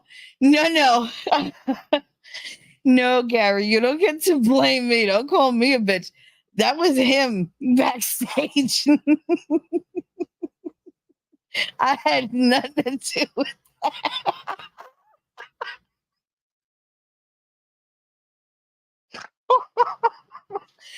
Oh my God. Hold on. Oh, I can't breathe. It hurts. It hurts.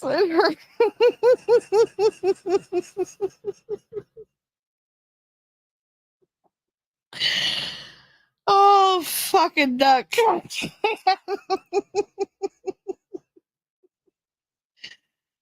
Oh.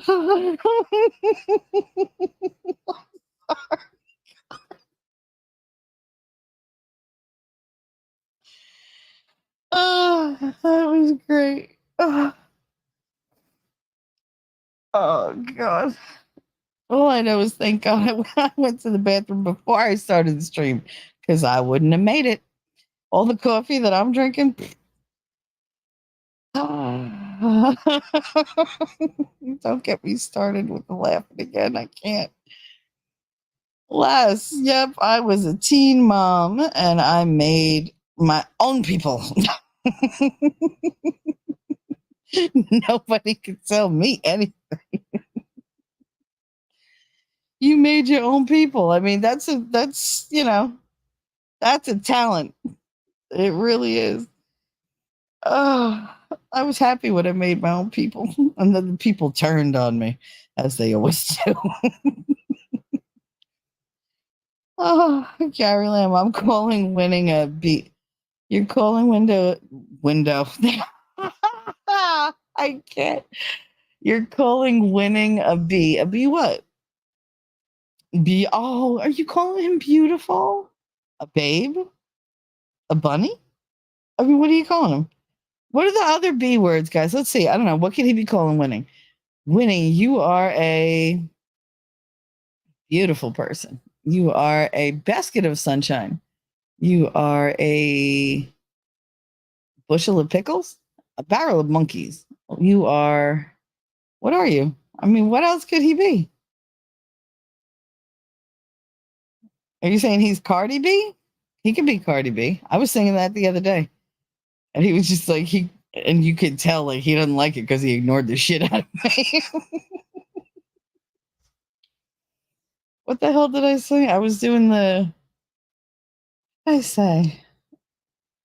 It was like the end of one of the songs, and it was like, I need you right here because every time you fart, I play with this kitty like you play with the guitar. I was like, yeah, that's fitting. Go ahead. See what he does with that. Nothing. Nothing. He's like, I'm not even acknowledging that you're like repeating those fucking words. Just stop. That was the vibe I got. That was a camper movie. That was a camper move. That was a camper move. What? What's a camper move? Jerry said, good laughs. Got to get back to it.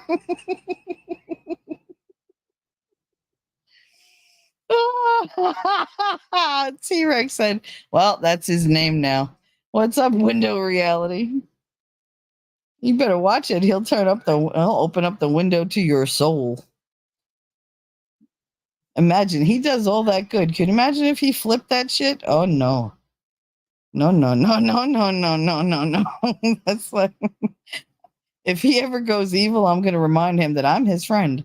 I'll be like, I'm your short friend. Remember that. I'm little. Just remember, you gotta protect the little things. Fuck that. I could deal with him on the regular. I don't think I could deal with him like as evil winning. No. Gary Lamb. Winning said, Gary, have a good day, precious. I don't think he's seen that movie, Gary. Because I know Gary said he put on a little weight, but winning, that was mean. Rabbit. Sorry I'm late. Pain meds day. Girl, enjoy them. I wish I could still take my pain meds. My freaking feet are killing me. They're going to burn right off soon. Gary Lamb said, he knows. Oh, yeah, I'm sure he knows. He knows the depth and breadth of your care for him. We all feel it. It's a beautiful thing. It is. Life's a beautiful thing, really. Long as I hold the string. Be a silly so and so. If I should ever let it go. Oh, Marie. Way, Marie. Throw down the key, Marie.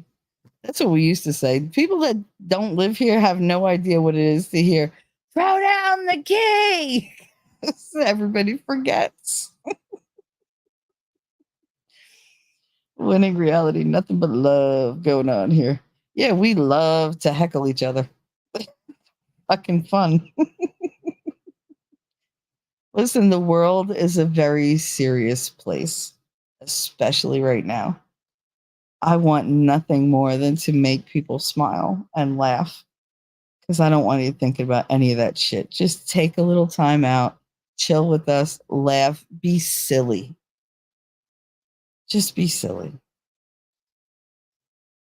Yeah, Rabbit, enjoy those pain meds because, woof, you definitely deserve them, girl.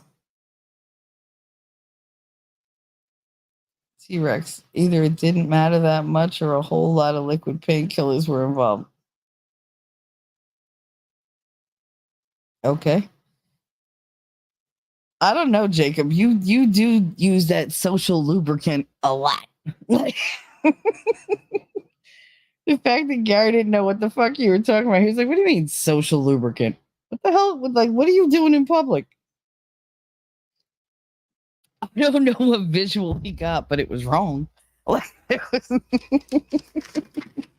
was like, all right, but I'm the pervert. Okie dokie. All right, so going back to what I was talking about, like I said, his angels watch over me because he cares for me. But like the main thing is, I do believe that I am one of God's many servants on earth. I believe we all are. And I do believe that he cares for me regardless of whether I'm doing a good job or not. And that goes back to my winning at home video that I did, the live that I did, I think last week, which was also his sermon. And he talked about God so loves us. And I took it there because it was like he spoke about God the way I speak about how I feel about my children. Like they break my heart. They're ungrateful. They're spiteful. But they have so many good points too. And no matter what they do, I love them. Will I kick them in the ass once in a while? Yep, same way God does. He goes, "Oh, you're taking all that for granted? Really? You don't appreciate anything? Let me take it from you and let's see how much you appreciated it then. I'll give it back, but you don't need to know that. Like, I'll give it back when you learn how to, appreciate things." See, that's the thing. I think God needs to do more of that. If he puts you in somebody's life and you're doing for that person and they don't appreciate you, I think he should be able to just take you out of that person's life. No muss, no fuss. Like, you know what? I'm going to put you in this person's life who will appreciate you. And then you don't ever have to go back. Sometimes God will auto correct you. You're just hopping down this lane, you take a little deviation, you think, "Oh, this road is fine too." And he's just like, no. I have plans for you. Where you going, bitch? Like, it picks you up and puts you back. I have a feeling God does that with me a lot. He's like, "Where'd that little shit wander off to? She's always wandering off. Where'd she go? She's in the woods by herself talking to a bear. Can somebody go get her, please? Like, before she gets eaten by my damn other creation. Go get her out of the friggin' forest." Oh, look, Michelle's sitting there playing with a lighter and some hairspray. How about we take the hairspray away and just make her take a nap? Okay. Like, I really feel like God's like, "Oh God, today's one of those days where we all got to be on high alert because this bitch." I'd be very disappointed if God didn't look at me when I got to heaven and go, "Bitch, really? Get in here." Like, I just wanted to shake his head at me with a smile on his face. Like, "Did you have fun? Was that fun for you? Okay, come on, let's go. It's about time you got here for the right way. Come on." Everybody's waiting. Honestly, the first person I want to see is Daddy. That damn Dolly Parton song with Brad Paisley. Which, thank you, T-Rex, for ruining one of my favorite singers. Just because his last name is what it is. I'm just gonna have to call him Brad with the bad last name because I'm not calling him that thing anymore. They did a song together, "When I Get Where I'm Going." And they said, when I get where I'm going, uh, basically when I get where I'm going, I'm gonna see Jesus, I'm gonna see God, I'm gonna see my own father. I'm gonna walk with he says I'm gonna walk with my granddaddy. I sing it, "I'm gonna walk with my dear daddy." And he'll match me step for step. But I say I'll match him step for step. And I'll just throw my arms around his neck and hold on. Because that's what I want. I want that hug. The hug that you don't get.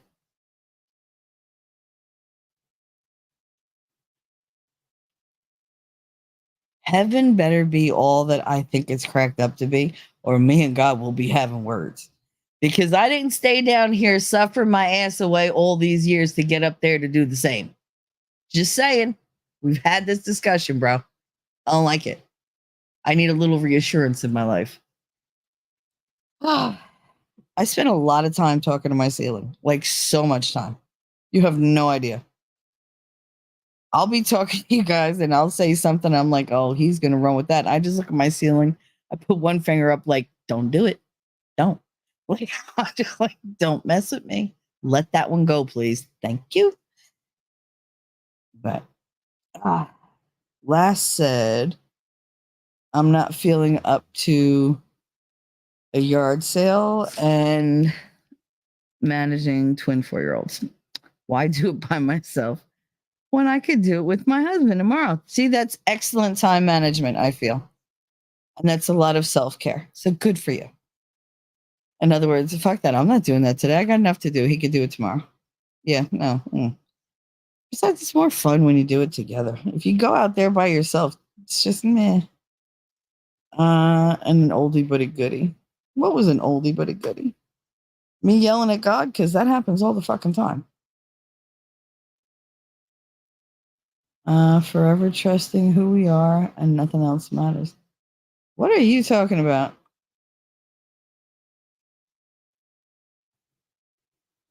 Is that a song that I should know? Because I don't. I'm just saying. I have no idea, T-Rex. Anyway. Alrighty. So I was thinking about like what he said in this lecture, and he did say the darkness breeds these things where there should be these.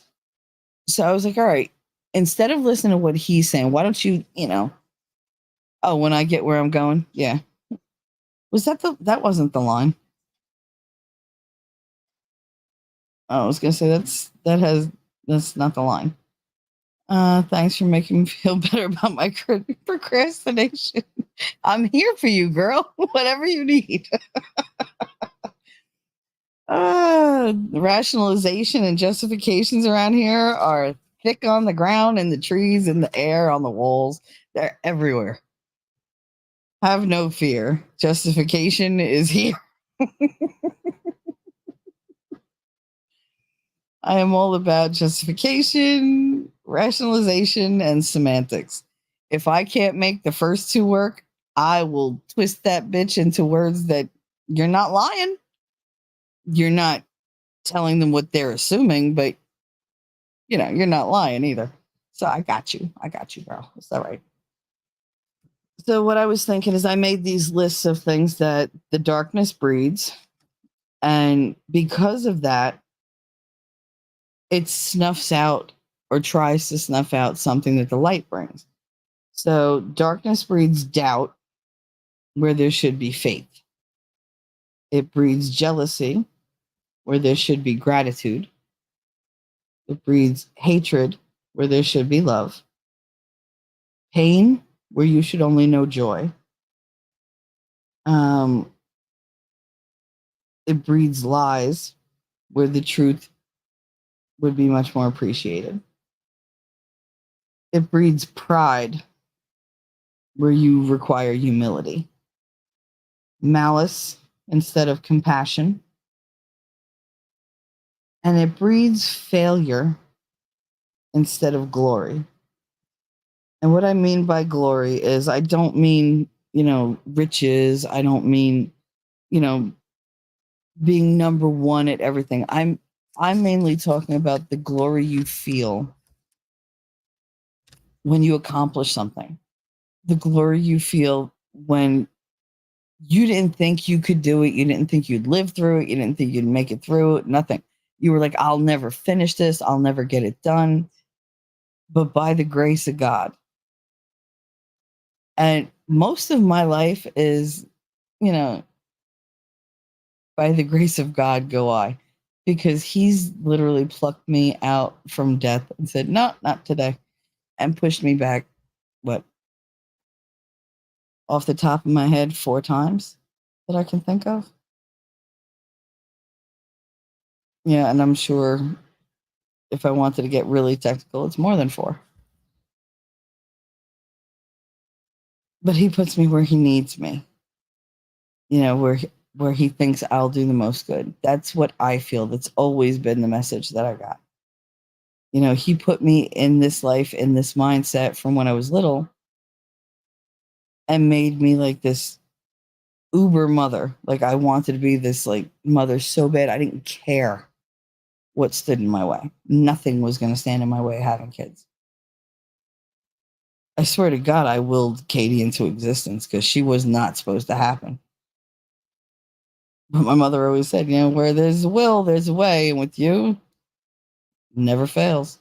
Like, because I don't stop. I don't.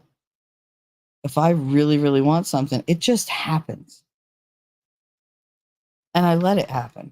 That's how I always found myself in relationships. I never went looking for anybody. Dating. People in Hoboken don't date. You date plenty once you're together. You don't date to get to be with somebody. You date once you are with somebody. Because, we were broke bitches. We weren't wasting money on, like throwaways. No, we'll go for a walk in the park. If my friends like you, then we'll go on a second date. And that one I might spend money. And this is him talking usually. No, I believe that when you try, what the darkness does is it says, "Oh, look at you. You tried, you failed. You're useless. You're nothing. You're pointless.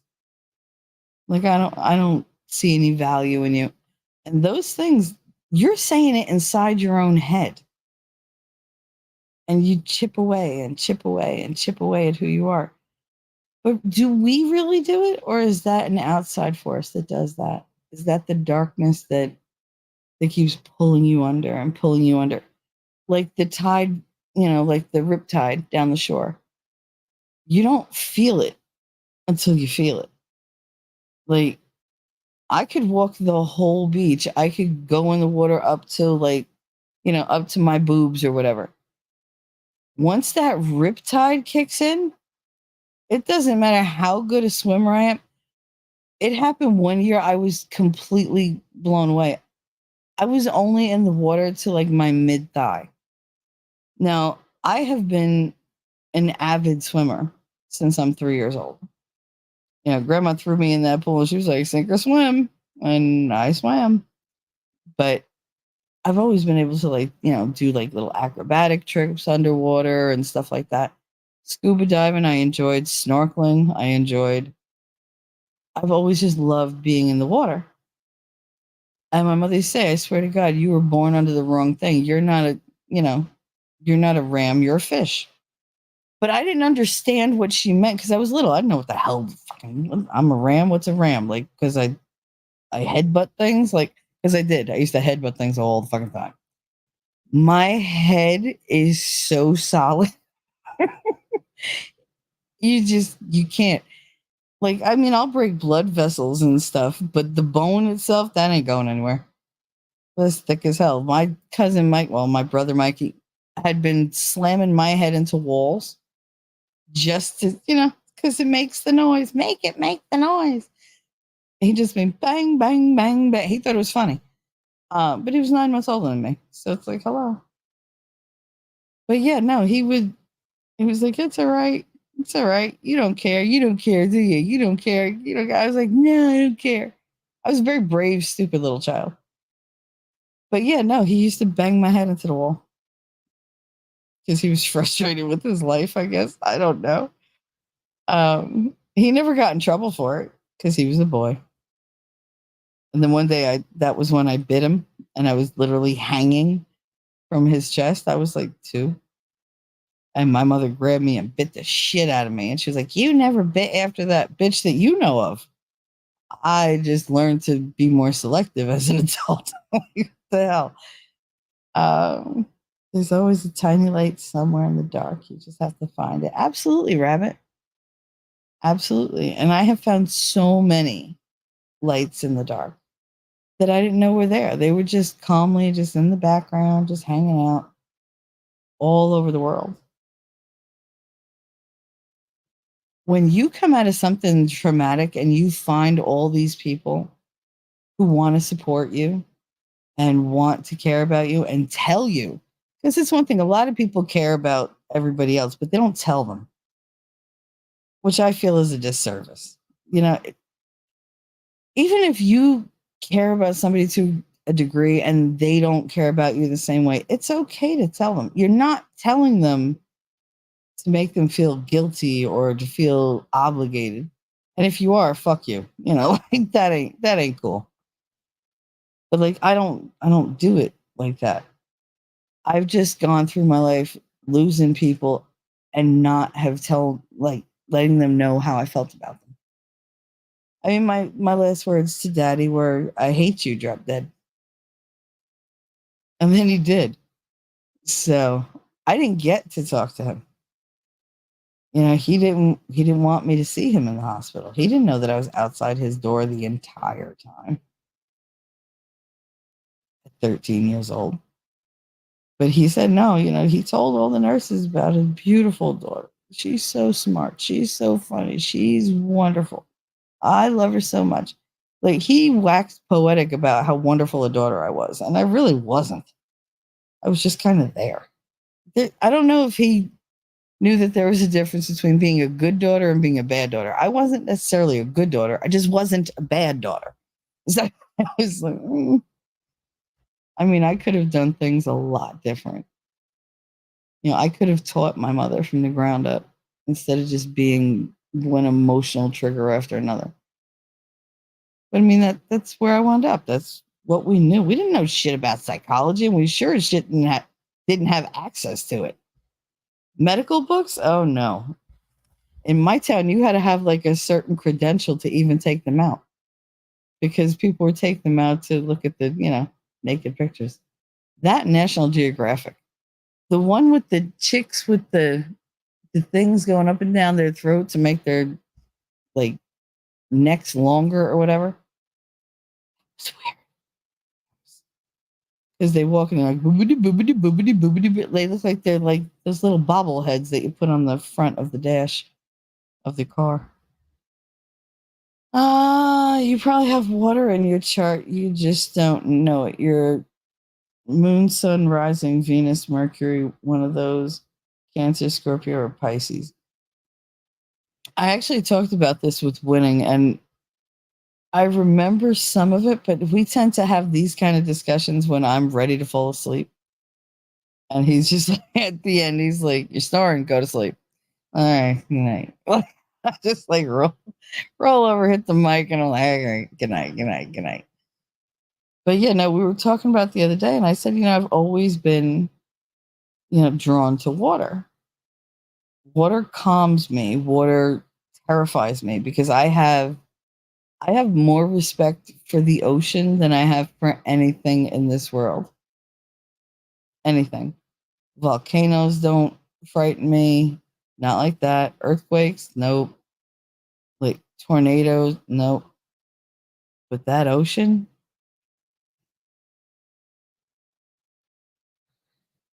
like I said, I love the ocean. I love swimming. But I do not take chances in the ocean. I've seen it rip people away from me right in front of me. My Aunt Holly, right after she had my cousin Jennifer. Wait, I got to get more comfortable because as I talk to you guys and I relax, I kind of start to like slide down the recliner until I'm almost laying down. And then I'm like, fuck, now I got to get up. I don't have to get up. I want to sit up because my back hurts. But Volstorm, I didn't see National Geographic. I had Sears. Come on, you didn't have the dish lip people? Like the ones with the big freaking plates in there? Oh, come on. They could play jump rope with their lips. It was fantastic. Yeah, so anyway, so I went over the thing with Winning because we were talking about, you know, I used to go scuba diving with my uncle. We dove a lot of wrecks or whatever, and I went out with my Aunt Holly and with him right after she had Jennifer. And I said, you know, pregnancy really does change you and you don't realize it. And it was right after she had Jennifer. And we went and we were scuba diving this wreck off the coast of Jersey. I think it was by like Seagirt. And it was a registered wreck. And, you couldn't take anything, but we could take pictures there and whatever. And we did the whole thing. And she lost her weight belt, which was really upsetting because she was like this teeny tiny thing. So she just right to the top. I was like, where'd she go? Like, come back down. Leave me by my fucking self. So it's, she came back down. I had the weight belt there. We managed to get it back on her. And then we're diving this wreck. We go up and the day had turned in like the 40 minutes we were down there. And when we came up, it wasn't sunny anymore. And the water was not calm. It was dark. Like a storm had rolled in super fucking quick. And we were not ready for it. But when she came up, I had come up just before her, but I was a good, I don't know, maybe 25 feet from her. And my uncle's boat was off to the side. He had this giant fucking yacht because of course he does. And he was over there. He had the baby, he had his friends there. And I popped up first and I gave him the thumbs up that I was good. And he gave me the, thumbs up. He was throwing the rope out so that I would have something to hold on to in case I would just, because I had a habit once I got to the surface, I'd be good for like a minute and then all the adrenaline was gone. I'd want to just sink right to the bottom. I was just pull me in. It's fine. But again, I was 13. What the hell? I mean, at that time I was 15, but, I was fine. I gave him the thumbs up, He threw me the rope. He threw me a line to bring me in. And I turned and looked where there was another smaller boat that really should not have been there because we had all the orange buoys around saying, we have divers, do not come. And I was and I'm pointing to my uncle, pointing to this other little fucking boat. And you could see the thunder on his face. And then all of a sudden, the wave picked that boat up so that it was at a 45-degree angle. And when I tell you it came down, my heart almost stopped in my chest because as it came down, Holly's head popped up out of the water right underneath it. And I had the freaking thing in my mouth, so I couldn't even scream.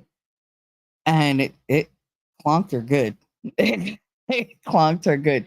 You saw 5 freaking grown-ass men from all these different boats dive in. I dove in.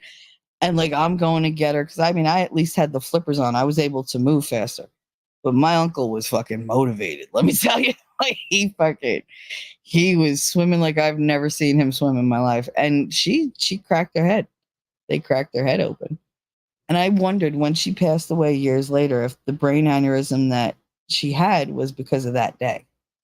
Because of some fucktards that don't know how to pay attention to, this is off limits. We have divers. Don't bring your shitty little aluminum boat in here because we're having, 6-foot swells. How about we don't do that? How about you don't be a jackass and take other people's lives, put them in jeopardy? But whatever. She was fine. My uncle also beat the crap out of the fucking guy on the boat, but whatever. He actually chased him on a sea-doo. It was funny because he was like, no. And then when he got back to the boat, he was like, there's blood all over my boat because nothing bleeds like a head wound. Oh, good God. Thank God I am not squeamish at all when it comes to blood. Because they're got to hold our head together because we were far out. We were far from shore. Not bad enough that we couldn't see shore, but, the boardwalk was a speck. So it's I could see it. I wasn't swimming to it. I can tell you that. But yeah, that I still remember how that boat looked. It wasn't like a regular rowboat. It was one of those aluminum boats with the kind of flat front. It didn't have the pointed front. It had a wider, kind of more rounded, curved front. And those are the kind that when they went too fast, they would boom, boom, boom, flip because the wind would catch that shit, flip it right over. So I didn't trust them. Those were not good boats for our area. And man, when that went up, I saw it coming down and I couldn't, like, I was like, no, something. I had such a feeling in the pit of my stomach. And then, boop, she just popped out of the water. And I didn't have time to scream. I didn't have time to do nothing because she looked up, everything was dark, but the water had brought the boat up so much she couldn't see that it was there. And she really shouldn't have had to, because we had it cordoned off so that people knew there were divers in that area. That was our safe area to come back up. But no, these were, oh, I want to see what you're doing. Well, now you saw what we were doing. You almost killed my aunt, and my uncle almost killed you. So happy Wednesday. Like, that was that whole thing. Don't need National Geographic. I had Sears. I'm sure. Let's see. I'm missing things. Thank you for making me feel better about my procrastination. We did that. There's always a tiny light somewhere in the dark. You just have to find it. Lady, you probably have water in your. Oh, and he said she does. There you go.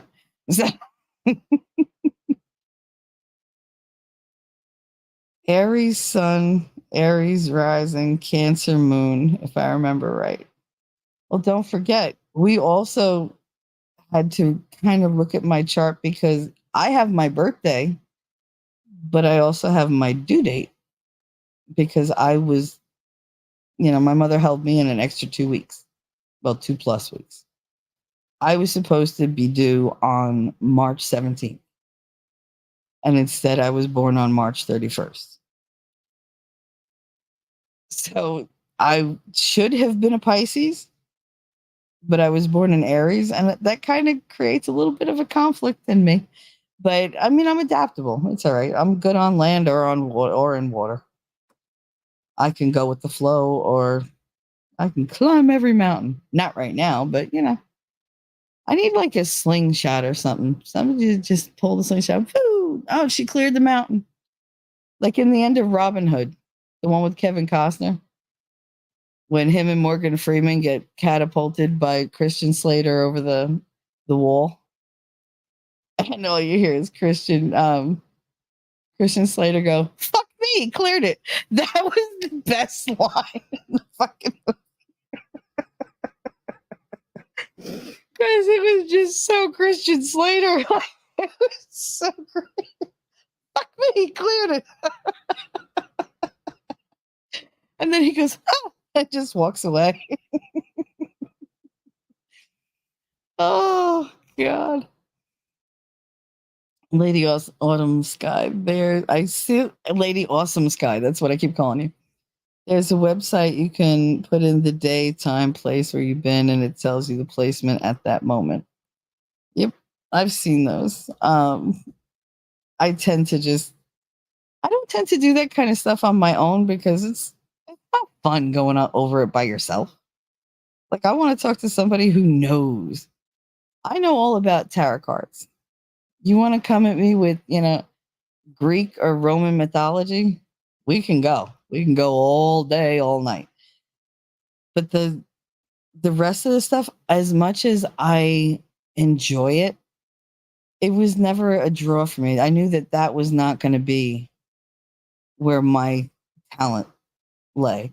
My grandmother was good at that. My great grandmother, she could tell just looking at you what sign you were, and if you're born at night, during the day, like if it was a hard labor, she had that ability. But I didn't have that. I read tarot cards. I have dreams about people months before I meet them. I am a constant participant in deja vu. Deja vu happens to me at least 4 or 5 times a day without fail. I just don't say anything. But like I'll be doing something, all of a sudden I'm like, pause. Damn. And moving on. Yeah, it's like moving on because I don't want to know why I had the deja vu. I really don't. I don't want to know. Keep your secrets. Nobody contact me. Nobody warned me of shit because then you warn me of stuff. It doesn't happen. And then I wasted a whole day worrying. So just no. Let's see. The moon rules our instincts, behaviors, responses, needs, and emotion. Cancer is a water sign. Sun rules ego, goals, acts, wants, and identity. Rising rules persona, embodies, expresses, and presence. Persona embodies, expresses, expressions, and presence. I don't get that one. It all sounds very cool, though. John Boat. What's a John Boat? Wait, what am I missing? She does as a website. Blah, blah, blah. Rabbit. John Boat, maybe. What does that mean? What's a John Boat? Oh, you saying the type that hit my aunt in the head? Probably. Because it was meant to go through very shallow water without getting stuck. So it really was like a flat bottom boat, which made standing up in it just fantastic because you didn't have that constant like rocking motion. Because we had one, but I mean, we never used it because you could easily fucking flip if the wind caught you wrong. Like it would just lift up the whole friggin' front and just bloop right over. And I was not getting stuck in the Atlantic Ocean off the Jersey coast because, oh, Jaws is a thing. That's where it was. Did you know that the first Jaws story was out by Manasquan? That's where I grew up. That's where we had our house. I grew up literally 2 blocks from the beach. I grew up knowing, oh, it's high tide. Let me go outside and make sure that the water don't reach the house. It's half a block away. I never wore shoes growing up in the summertime. That's why I used to be able to walk over rocks, walk over whatever. Nothing bothered me, but my feet were always so soft. My mother cannot walk without shoes. She just can't. It bothers her something terrible. I don't like shoes. I like being barefoot. I like feeling everything under my feet. I'm more grounded that way. I'm more stable, which for me, stability is a good thing. I crave stability. It's funny though, because like I spent my entire youth, doing whatever the fuck I wanted to do. You couldn't tell me no. I did what I wanted. Like, fuck you, you don't like it. It's like once certain things got taken from me, I had nothing left to lose. So I played every day like it was my last. So I shoved a lot of life into a couple of years. And after that, I got greedy for life and I just lived it. I had the kid, but if I was going to live my life, she's come with me. Kid never complained. Cross country trips all the time. My boss thought I was insane. He said, wait, let me get this straight. You are driving from New Jersey to Minnesota, all the way to Oregon, down to Colorado, over to Missouri, back up to Minnesota, and then back to Jersey. Yes. With your husband. Yes. With your daughter. Mm-hmm. How old's Katie? 7. Mm-hmm. Anybody else going? The dog. What kind of dog? I got a Belgian Touveren. He's huge. He was a rescue. And he was like, you're going to go cross country for 2 weeks with your husband, your daughter, and a dog. And you think you're going to make it? I was like, we're going to have a great time. I don't know what you're talking about. Nobody wants to be in a car longer than an hour with a kid. Oh, no. Don't get it twisted. Like Katie is all about the car games and sing-alongs and whatever. And that's what we did. I never let it get boring in the car. Good God. I hate those people that are like, oh, we're going to sit here and we're just not going to do it. Just look out the window. No. Put the radio on. We're all singing. Let's go. I'd sing along with the radio. I'd make up songs. We'd play little word games. all sorts of friggin' things to do to keep each other company because, you know, you want to see everything going on, but you want to laugh too. These are your people. That was always my opportunity to be separate from the rest of the world with my people, like my chosen little group. And the fact I just love road trips. I love to drive. I love to, be in the passenger side. That don't bother me at all. It gives me time to make you a sandwich. That's what I do. It's like, oh, you thirsty? Here you go. Oh, you want gum? Here you go. Oh, you want a sandwich? Here you go. You want head? Here you go. Like, that's my job, man. That's what you do from the passenger side. You take care of the driver.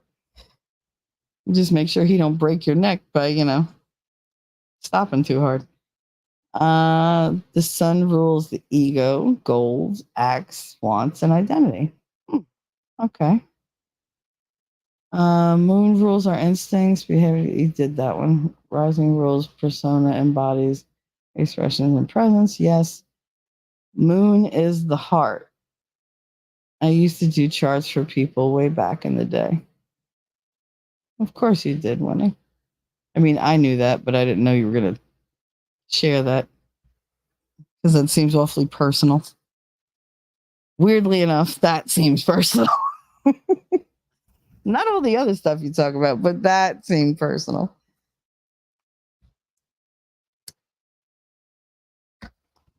All right. And yes, he did do my chart at some point. I just don't remember what was on it. He'll have to do it again. This way now he won't have to even ask me if it's correct. He'll just be like, yep, yep, yep, yep, yep, yep. All right. Back to fighter's fatigue and what darkness, tries to squash out in your life. I said we are tired and beaten. We're fighting 24/7 against forces that we cannot see, cannot name.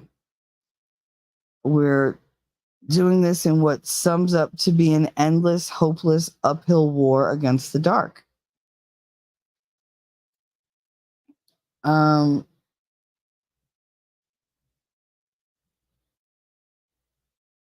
Yeah, this says, regardless of the fight we have against the dark, if you ask God for help, he will bring you gifts of regeneration to lift you back up and ready you for the battles yet to come. The light of God and the light of the universe that he created was made to combat and conquer the dark. With the light, we conquer fear and despair, replacing it with courage and hope.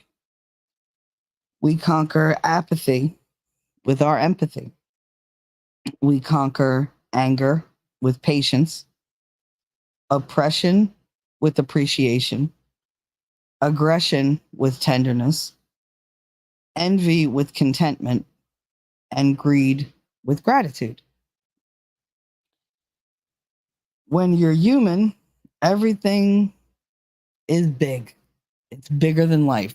It looks like it's unattainable. It looks uncontrollable, especially if it's light versus dark.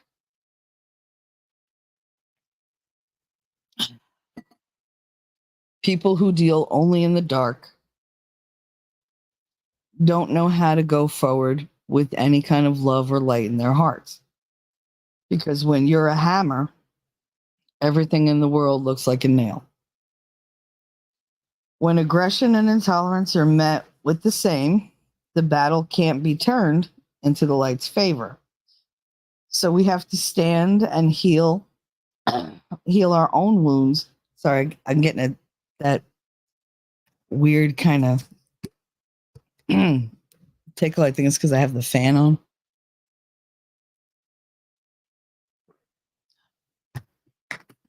Oh, no, that's what it is. Stupid. Let me just do something before something else happens and I can't speak.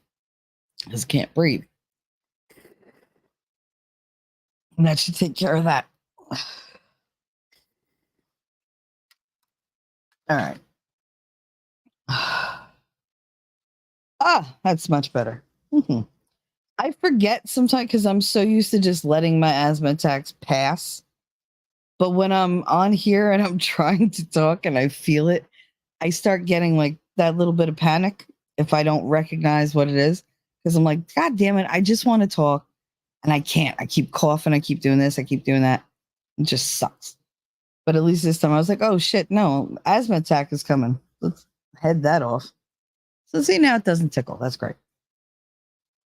What did I write? When we stand and heal our own wounds, there's progress towards the light. Where we are open and honest and eager to offer strength to heal others, we are one with the light. It's then that we can conquer the devil himself. And I do feel that way. But there was another. See, when I start thinking about things and I write notes, and unfortunately they don't fit in with the notes that I wrote. So I'll write them like upside down and drive myself crazy. Because that's my way of saying this deviates from what you were saying before, bitch. But I ran out of room, so we're putting it here. And I said, God will place before you all that you need to stay in the light until you're reunited once more. And that is my main thing. Like, we all come from the light. I mean, you come from dirt, but originally you come from God, and He is the light. You know, even if you're just talking about the universe or whatever, the light is what created us. We were all born from it. Darkness wasn't introduced until the first transgression was made. And that wasn't going to be made without outside intervention. Like Winning and I were talking about the Garden of Eden and the very first woman and man and how they were both created equally from the dirt. And how that was a no-no. That just didn't work because she just wanted to be equal and it couldn't be. That wasn't how God had wanted it set up. But I guess,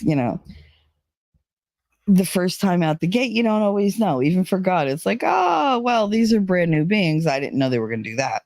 So it's like, let's start over. But then he didn't want to start over because he said, I created you. I can't destroy you. If I destroy you, I destroy, everything. Because I'll say I'll made a mistake. I don't make mistakes. I'm God. I'm not allowed to make mistakes. So the very fabric of everything would unravel if God made a mistake. So the way I always interpreted it was Lilith was the first female, and God didn't do away with her because he didn't feel she was a mistake, but she wasn't suited to Adam. So that was because they just weren't compatible. They both wanted to be the leader. You can't have two leaders in a two-person relationship. Like, it just doesn't work that way. Then there's constant conflict and nobody knows their job, and the harmony that you're going for, the peace of mind that you're going for, that's gone. That's why a lot of people enjoy traditional roles, because it's work. There's a reason they're traditional. Traditions are around because they offer comfort. They have meaning. They are tried and true. Cliches, same thing. You're like, oh, that's such a cliche. You know why it's a cliche? Because it's worked for hundreds of fucking years. That's why. You don't start something new when you have something that's worked every single time and you don't know if this new thing's going to work. If it's important to you, you're going to go with the one that you know is going to work. And because we're human, the easiest way to go between point A and point B is a straight line. You're going to do as little work as you have to. You'll do as much as you have to, but you're praying that it's less more than more. It's been a slow process because I won't take time away from my little ones. They grow up so quick. I missed something. Mm-hmm. Oh, Lord. Moon is the heart.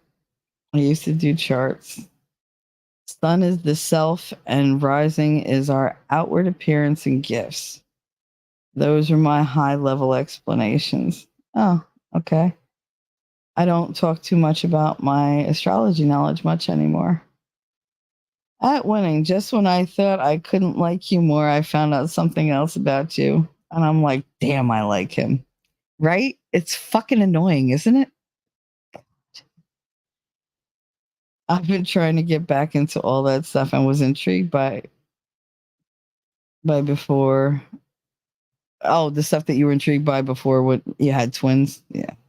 I mean, I can see where twins would upset your whole priority list and your interest list. You're like, oh, I really used to like this stuff. You know what I like now? Sleep. I just want sleep. I want a cup of coffee, a blunt, and some sleep. Leave me alone. No, people who only deal in the dark are called prostitutes, and they work on Ridgewood in Daytona. Wow, Jacob. Okay. Okay. They're called prostitutes, and they live on Ridgewood in Daytona. I told you that Tommy's from Daytona Beach, right? Well, not from there, but I mean, that's where he lived once he moved to Florida. He's from here. There's no denying that. Lady Autumn Sky, it's been a slow process because I won't want to take. No, absolutely. You know, the kids always come first, always. However, YouTube has slapped my ass. I only have 55 subs and barely 500 watch hours. How do you only have that many watch hours? We all watch your stuff. And they're showing commercials before and throughout my 2 videos. So now I'm going to need my cut of that. That's funny. Monetization, watch out. I'm after you. Good. Go get it. Go get it, girl. Shit. Last, I'm all 3 water signs. A trine between sun, rising, and moon. Now they're going to have their little talk where we don't understand a fucking word they say because now they're going to talk in that other speak. I don't do astrology. That was not my thing. I wasn't called to that. I love it. I love hearing people talk about it. I love learning about it. But that's not my area. I'm a lot more intuitive. I'm a lot more in your past. Like I can, as you tell me things, I will see scenes unfold. And I can usually pick out that person, you know, if I come across them later on. I'd be like, I know you. How do I know you? And it'll match what I had in my head, even if I've never seen a picture of them or anything. But that's where my strength lays, in seeing people's paths, their pasts. When I said I'm mostly water and air. So you're steam. I can live with that. I'd be all right with that explanation. The only thing I know about astrology is I'm an Aquarius and my wife is a Pisces. Past that, I have no idea. Well, aren't they both water signs? Winning reality, same. I forget what the hell I am. What the hell was I? Mostly what? Water and fire? Which again, steam. So yours would be what? Vapor. Ooh, your condensation. Your rain. Oh, rain, ruler. Oh, I get it. Anyway. But yeah, that was the sermon. It wasn't a very long one. But I took from it what I could. Elephants! How are you, lovey? What's up? Where you sexy ass been? I haven't seen you. Morning, I'm a Capricorn. Capricorn is what? End of December, beginning of January? I think so, because daddy was a Capricorn. Air is logic. Okay.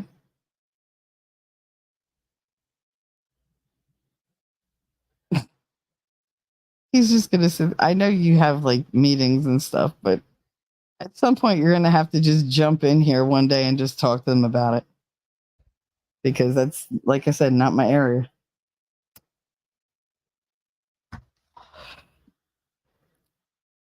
No, Pisces is water, Aquarius is air. There you go. I'm a Pisces and 3 of my kids are Aquarius. Is that good or bad? I don't know. Like everybody in my family, they're either Pisces, Sagittarius, or Aries. Winning. I just finished my meeting. Okay. My StreamYard is your StreamYard. If you want to hop in and talk about it, I will be more than happy to sit here and listen. Elephant, December 21st to January 21st. Yeah, that's Capricorn, isn't it? Because after that is Aquarius. After that is Pisces. And then Aries, Taurus. Aries, Taurus, Gemini, Cancer, Leo, Virgo, Libra, Scorpio, Sagittarius, back around to Capricorn. Pretty sure that was all of them in a row. Your sun connects to my moon last. Ooh, that sounds kinky. I don't even know what my Twitter is. Guess I should look into that. Oh, God. Guess you should look into it, Jacob.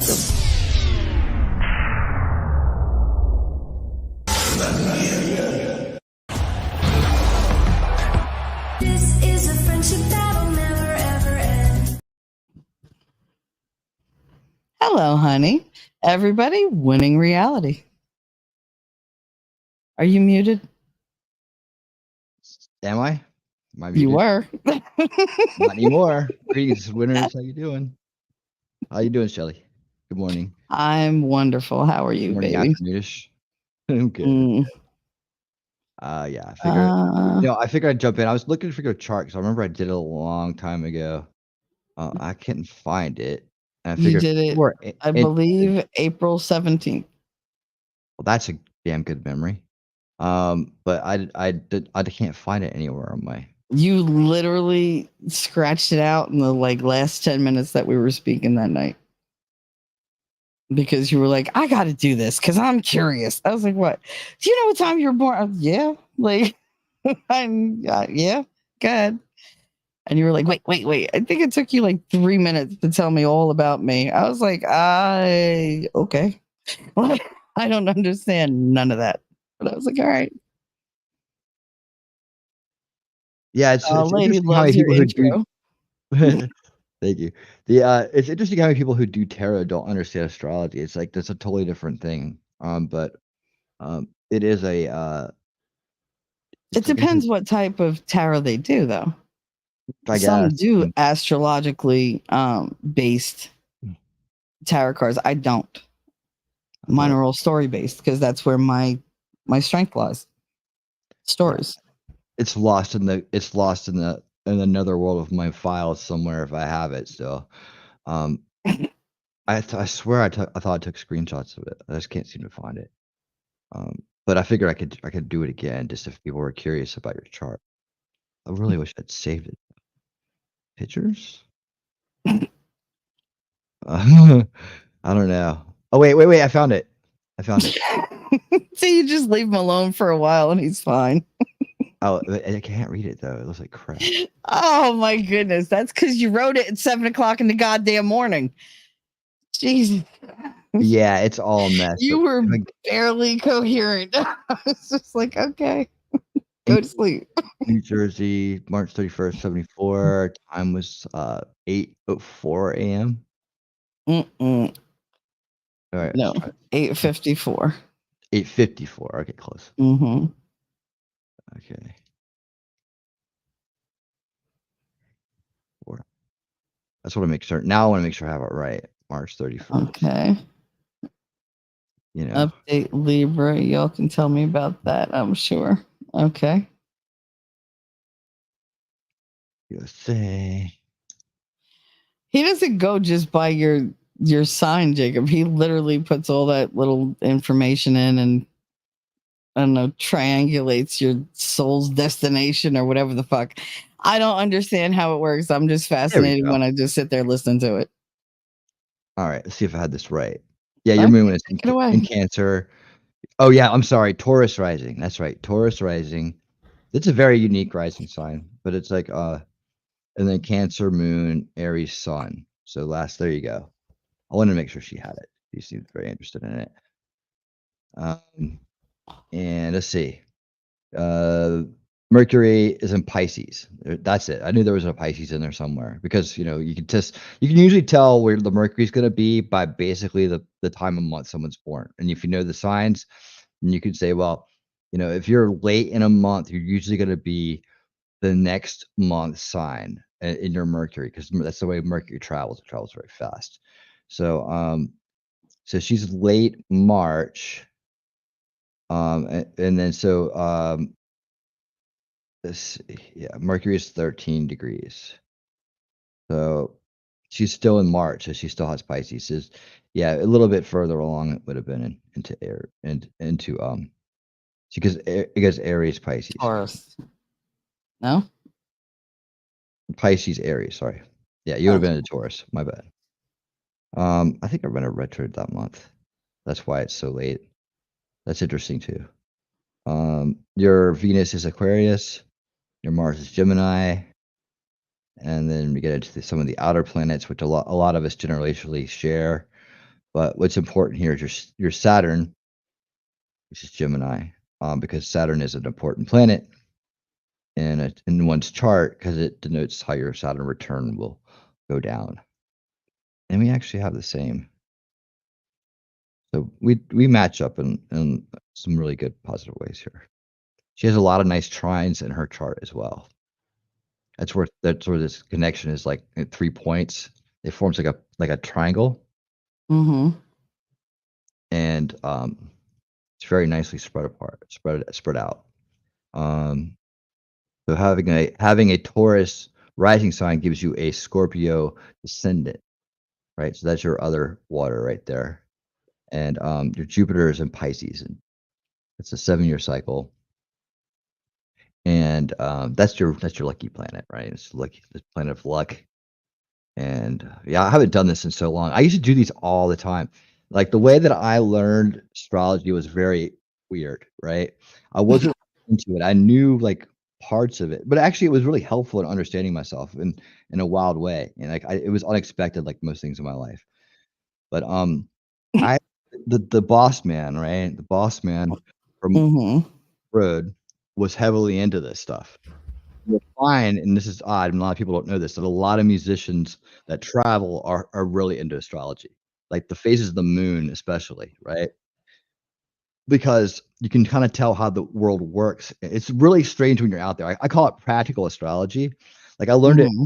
practical astrology, like in the moment, like I was learning it from people who understood it very well, and they were pointing out things to me as I was going along, and I was seeing it in real time, and it wasn't any kind of game. It was like, wow. And then I could actually do it myself. And he had a friend who passed away. We called him the Crosser, and he understood it very well. And he loved to talk. He was an old hippie who lived down in Florida, and he loved to talk. And so we'd have these long road trips, and we'd be on the phone with him. We'd ask him questions. He'd pull out the ephemeris, and he would look up things for us, and he would Aw. talk to us. So he taught me a lot. I spent a lot of time talking to him on the phone when I wasn't driving, and I got to be good friends with him. So I could call him anytime. He's always home, always wanting to talk, and he would fill me in on details about things. But we'd always notice like little things about the moon phases too, and how people were acting in different places we went. It was Mm-hmm. really cool. So I started learning it in a real practical way. And the way he taught it, and then I went back and kind of did the book learning parts of it, but I already knew a lot of it already, and I already had learned a lot, so I could kind of like decipher what in the books was kind of like, hit and miss. Mhm. But because we'd Okay. already the boss man had a way of guessing birthdays, right? he could actually look at somebody. He'd been doing it for so long, he could look at somebody and tell them pretty much what their birthday was, despite and almost, like, all the time what time they were born. Like, it was and all of us got really good at doing it because we learned how he did it. And he said, basically, what you do is you kinda look at the person and you kinda, like, see what element they kind of exude, right?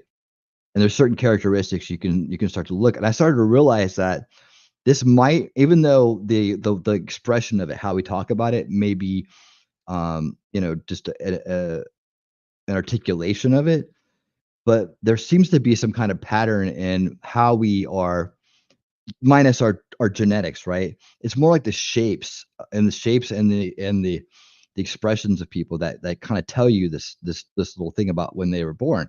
And it's like, I started thinking, I was like, "Well, that would be a really good way in a mathematical sense to kinda kind of like, create differences in individuals," right? It'd be like, that'd be a Mhm. really great system to do it.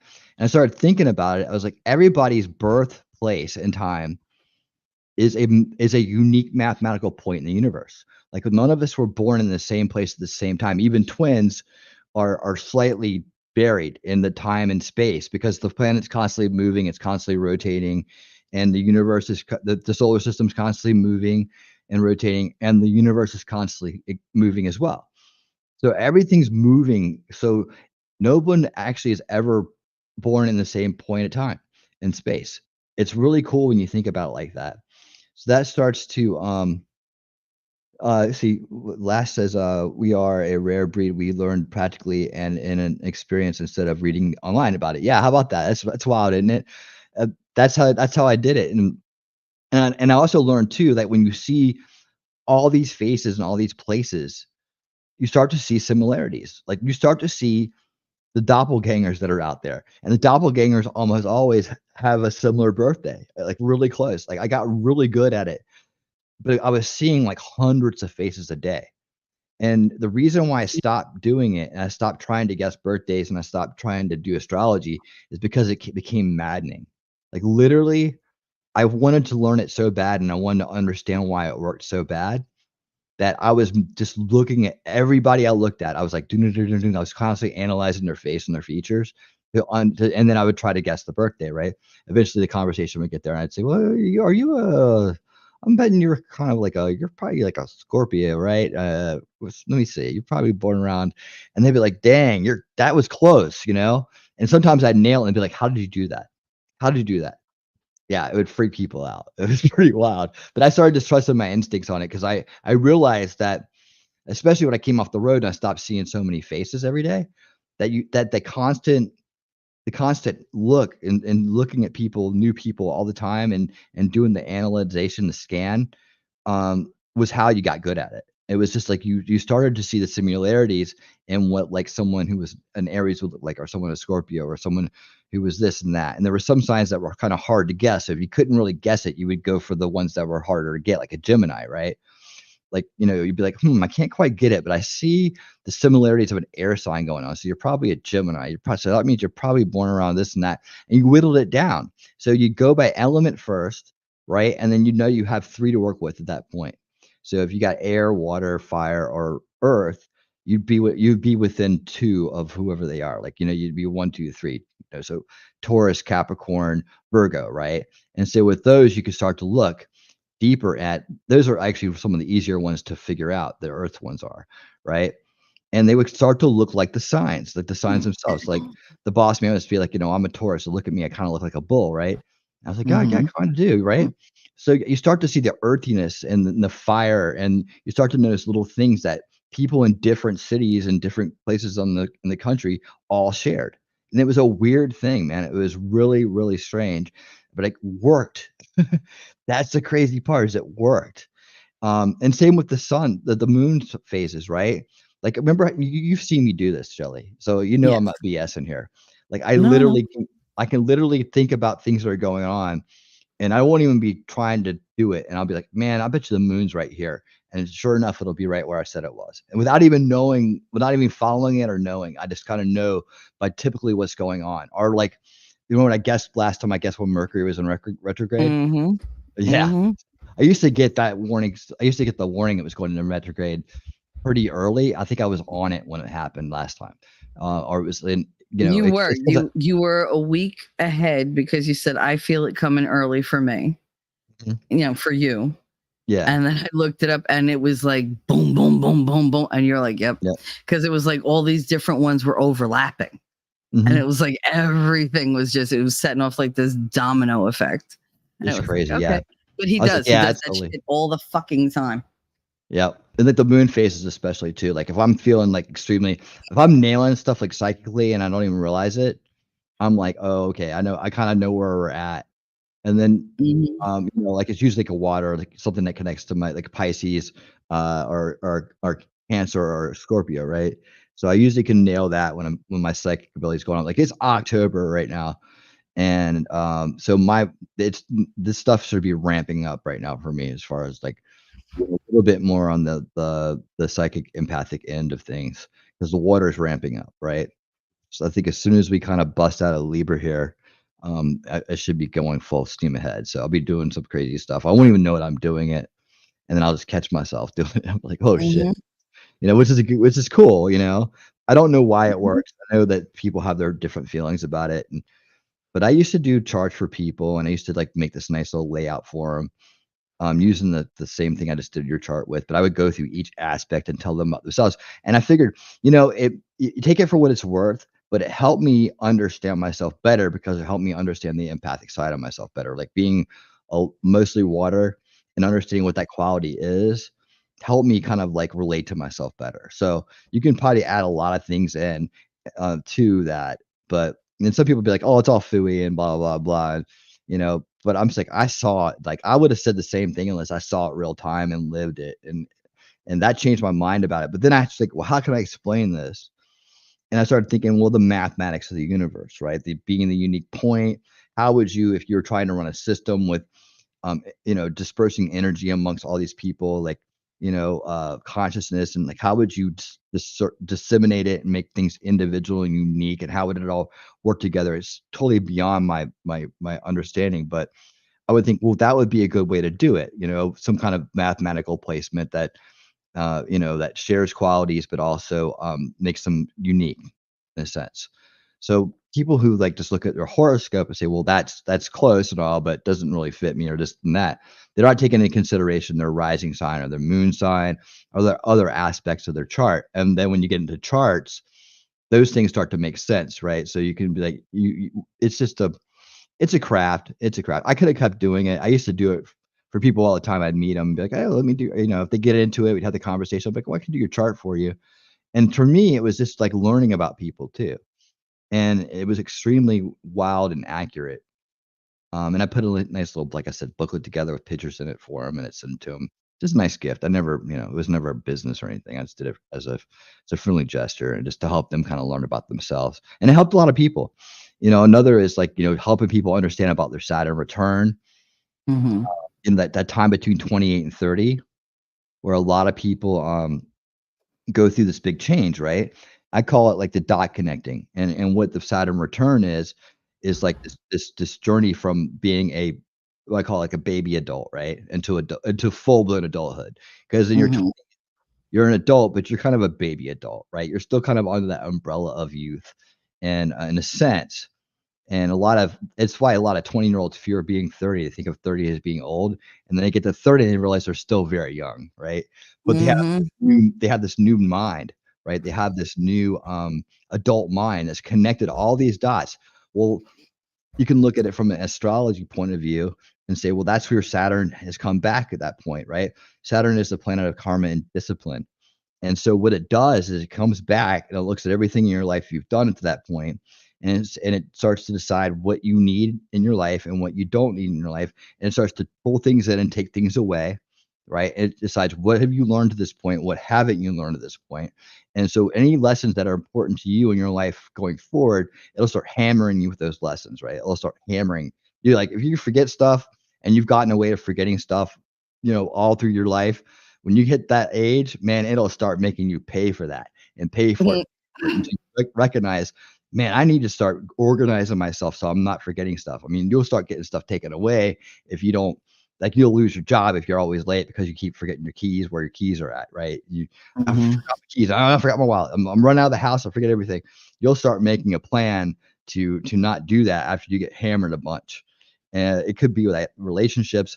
A lot of people have big events during those times too. The birth of a child, some kind of career move, some kind of maybe it's a loss, maybe it's a gain. It's just when you pay attention and you start thinking about that transition you went in through those 2.5 years, you'll see something really kind of like bigger than yourself kind of went on at that time. You start talking to other people, they had the similar experience. Yeah, it's wild stuff. And I just say, you can put all the lore and all the stories to side and just kind of look at it as the mathematics of the universe, the automated system, as I call it, at work. And it's kind of a window into that. And that's how I kind of rationalized it. And like I said, the reason I stopped doing it was because one, I kind of feel like I needed to kind of, move away from that conversation. Back And off. Mm. yeah, because it became consuming. It becomes very consuming when you're into it and you're really trying to Mhm. practice it. It becomes almost an identity where you start to know people by their sun and their rising sign of their moon. It's like I knew all my friends, I knew all their stuff, I knew everything, and I could explain it all, but it was a novelty to them, and it was like, almost like made me a little bit weird, right, in a way that I didn't want to be weird, and You are it, weird. well, yeah, I You mean, are weird. We but love I that I about wanted my you. We do. conversation to be more than about that, and I didn't want everything to relate Mhm. back to that, I didn't wanna see everybody in those terms, and I just realized that, the experience of being a road musician, it was helpful, and it was interesting. It was a great way to have quick Mhm. conversations with people and do a quick neat little trick where you can guess their birthday, and like, "Whoa," and you're already around this mystical dude who's known for doing things like that, and people who think he has powers that he doesn't, but it was, like, pretty wild. So it just added to the mystical lore of the The whole mystery. band of the band itself and the persona itself, right, that was with. Mhm. Um, but I have noticed things, and there's patterns that are involved in it, there's always a Taurus in my life, it's important, right? A lot it's been best friends, girlfriends, and now my son, so it's like, it's always an important aspect to me because I don't have a lot of earth, so earthy people ground me, and so Mhm. we have comfortable relationships because I help them with my self. I help them kind of like look deeper at things when they're very practical, very kind of earth-based, hard to the ground kind of people. I can dive deep with my personality and the way that I see the world and my introspections, and they dig that, you know. I don't know why I have so many areas around me now, and it's gonna need to light a fire under my ass or something. But I'm enjoying it. I'm enjoying this experience with my fellow Marsians. What Aries and Scorpio have in common is Mars, right? So Mhm. we admire that in each other, and we see that as a unifying kind of place to meet up and be in sync with each other, which is cool. Mhm. Uh, it's like that, but it's a wild aspect because until You didn't my have last that before. yeah, no, until it was a different whole group. Like I tend to have like, other water signs or earth signs around me. And so just having this immense amount of fire around me.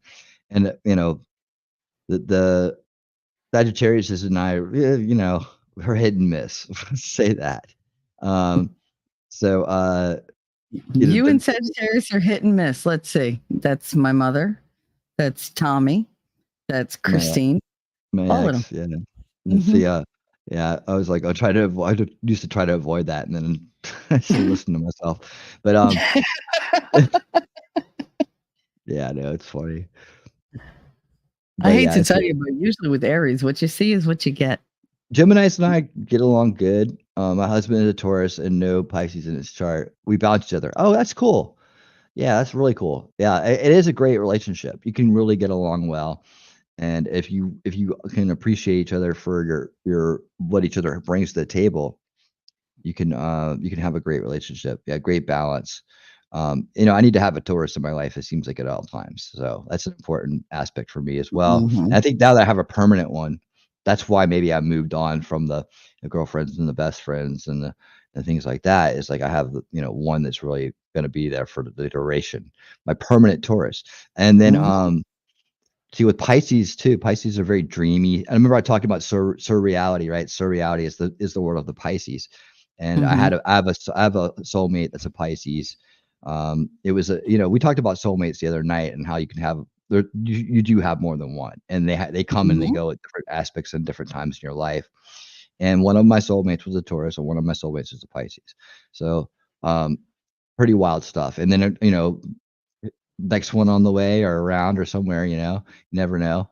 But they're interesting. They're interesting people in your lives, and they do bring balance to you in some way, shape, or form. They are important for wherever you're at in that point in your life. So I definitely believe that you will find and have. Hopefully, you'll find and have multiple soulmates in your life, and love the ones you're with today, and appreciate the times that you have together with all of them. So so Pisces, like very dreamy, very surreality. Dreams probably speak to you in many ways. Listen to a Pisces when they talk about dreams. They're also ones that tend to see into the nethers, into the spiritual realm, if you will. I never see I've never seen a Pisces. ghost or anything like that. Yeah, Pisces are the ones that kind of connect with that surreality, that world right there. Where you got Cancer, and I know a lot about water signs, obviously, but cancers are very empathic, right? So cancers have the empathic kind of view, and they have the ability to feel, right? Yeah. Yeah. So and then you having a Cancer moon is very, moon being feminine energy and also being the heart. And you can tell just by talking to Shelly, and you guys have heard her for all this time without even knowing this before, right? This is what I'm talking about, why this stuff kind of is wild, is that that she's very nurturing, right? And very motherly. Like, a Cancer moon is almost predominantly gonna give you that aspect, right? And especially in a female. So you got double feminine energy, and then you have the empathy and the nurturing spirit of the mother, in the heart right there. So that you can see how that really shines through with her, you know. And Aw. that fieriness of her son, I mean, not your son's son, but your son's sign, I know. um, makes her fiercely protective and guarding her heart, which is guarding her heart and guarding the mother, her children. That's part of that. Um, my youngest set of twins are Cancer twins. Cool. Now, what is Yeah, it? water and earth. We never got into it the other night. You mentioned it, Mhm. but then I don't know, we got sidetracked because my original birth date was my due date was supposed to be March 17th. I was Oh, supposed to yeah, be yeah. born on March Well, when 17th. you're born unique mathematical point. It doesn't matter whether you're supposed to be born at another time or not. That didn't happen. But see, now here's something interesting. T-Rex is a Gemini, and T-Rex is also heading into his Saturn return because of his Okay. age. You can always tell by the age, right? And his Saturn return is in Gemini. Both of our Saturns are in Gemini. So you see the connection here, and who's he come to for guidance, and who's he gaining wisdom from right now before he's getting ready to take this journey to from baby adult to full blown adult, right? He's in this phase. He's asking questions. He's talking to us. He's seeking wisdom, right? And he's been brought to us. Like the universe puts things together, and like when you start looking at it from this point of view, and some people may say, well, this is all hooey, right? But I'm just saying, like when you make connections like that, you can see, well, okay, he's not somebody else. And we don't have our planet and this time in his life, and his Saturn isn't in something else, and our Saturn is, I mean, his Saturn is in something else, but ours isn't. Ours is in his sun. But that's an interesting connection, man. It may not mean anything, but isn't it wild that we're all kind of like right here, right now, and this is happening? That's the kind of the way it works, right? Like I said, I don't get too much into the worry stuff, and I don't try to get off the board, go off the deep end with it. But I do look at the connections, and I do look at it as like a mathematical kind of concept, really. Um, I don't know if I have the strength. See, I'm trying to look if there's any more questions since I've kind of just popped into the astrology thing. Because she said that she has two sets of twins. Her oldest sets are 17 and her youngest set are 4 years old. That's why Hey, but he's you're doing good, buddy. He just said, I saw what he says. He goes, "Wait, my Saturn return starts next year, so oh no." Well, yeah, that's the general reaction when people learn about Saturn return and they haven't gone through it yet. They all go like, "Oh no," it's the fear of the unknown. But you're already starting to work on yourself. You've already done a lot as far as you're out there. You got a trucker's license. You have a career going on. Yeah, the things that you need to learn about, you're getting hit with, right? So what did you just get hit with? Those are the things that you're gonna get probably hammered with the next couple of years. So pay attention to the advice you're getting. Realize you don't know shit. You're still learning, and repeat that's it, all of Jacob. us. Yeah, at our time, Go ahead. and that's part of growing. That's part of growing and learning. It's like this. That's the thing you're gonna learn from during your Saturn return too. Is that you realize you don't know anything. And there's still so much to learn because leading up to it, kids are always trying to prove what they know, right? They're always trying to show that they're grown up and they Mhm. can, and you kind of come into a crescendo in that, and then you'll have the knowledge and the confidence when you go through this evolution, if to understand that it's okay to know that you don't know that much and that there's so much more to learn. That's the beauty of it, and that's the beauty of it. Oh, no, hey, and you haven't missed anything yet. Well, maybe you have, I don't think. There's some interesting stuff going on. I dropped you a question a couple charts ago. If it's easier for me to repost, let me know. Oh, hold on. That's why I said repost it. Hi, Enya. She said, "Oh man, hey y'all, I missed something interesting. We had a good laugh before because I told Lass that you missed her last night, Mhm. and hoped that she would, that she would show up and take it to the fence." And that's when I said, to the fence, to the trees, till the bitch falls to her knees. Like, but nobody understood the joke because we were the only ones in on it. To the fence. Bitch, do not start me again. I went for like 20 minutes before. They take it to the fence. Okay, so you know what? You're good at all this intuit thing, like intuiting, what's going on. Explain to me why in the last half an hour I got a phone call from my daughter's father, a phone call from a girl that I worked with for 11 years that I haven't heard from in about a year. And I got a text message from another girl who's good friends with her that I haven't worked with in 2 years that says, "Hi, long time, no talk. It's Angie." And I'm like, why is everybody texting me and calling me right now? Like, why now? Why? Because you're putting shit out there. What are you doing? Like, are you attracting them? Because stop it. Um, I don't know. It depends on what the conversation. Maybe the conversation's about. I'm looking at the current planet alignment. We got the This is sun, moon, and Mercury all in Libra at the moment. it's weird. The Um, text from Angie is long as fuck. And it's weird because she doesn't text things all at once. She texts in like little blurbs. And she put, "Hi, long time no talk. It's Angie. I've been thinking about you. How are you? How are the kids? I've been having a lot of shit going on here. Text me. I need to talk to you. Hope you're well. Miss you, girl. Had so much fun with you. Please call me." So it's like, what the fuck is this? And this is all in a minute. She sent all that one after another. Boom, boom, boom, boom, boom, boom, boom. And it was just like, I looked over. I didn't even know that anybody was trying to contact me. I was like, "Oh, what time is it?" Because I got to be on Gary's at 12. And it's like, why are all these people contacting me now? I I don't don't know. understand. You have to talk to him, and then you'll find out. I don't think there's any kind of, maybe just be coincidence. I don't think there's any any definitive explanation for that.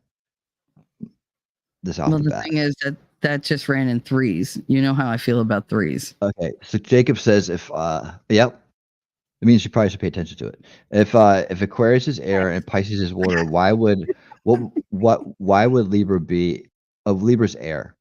If air is logic, what do the others represent?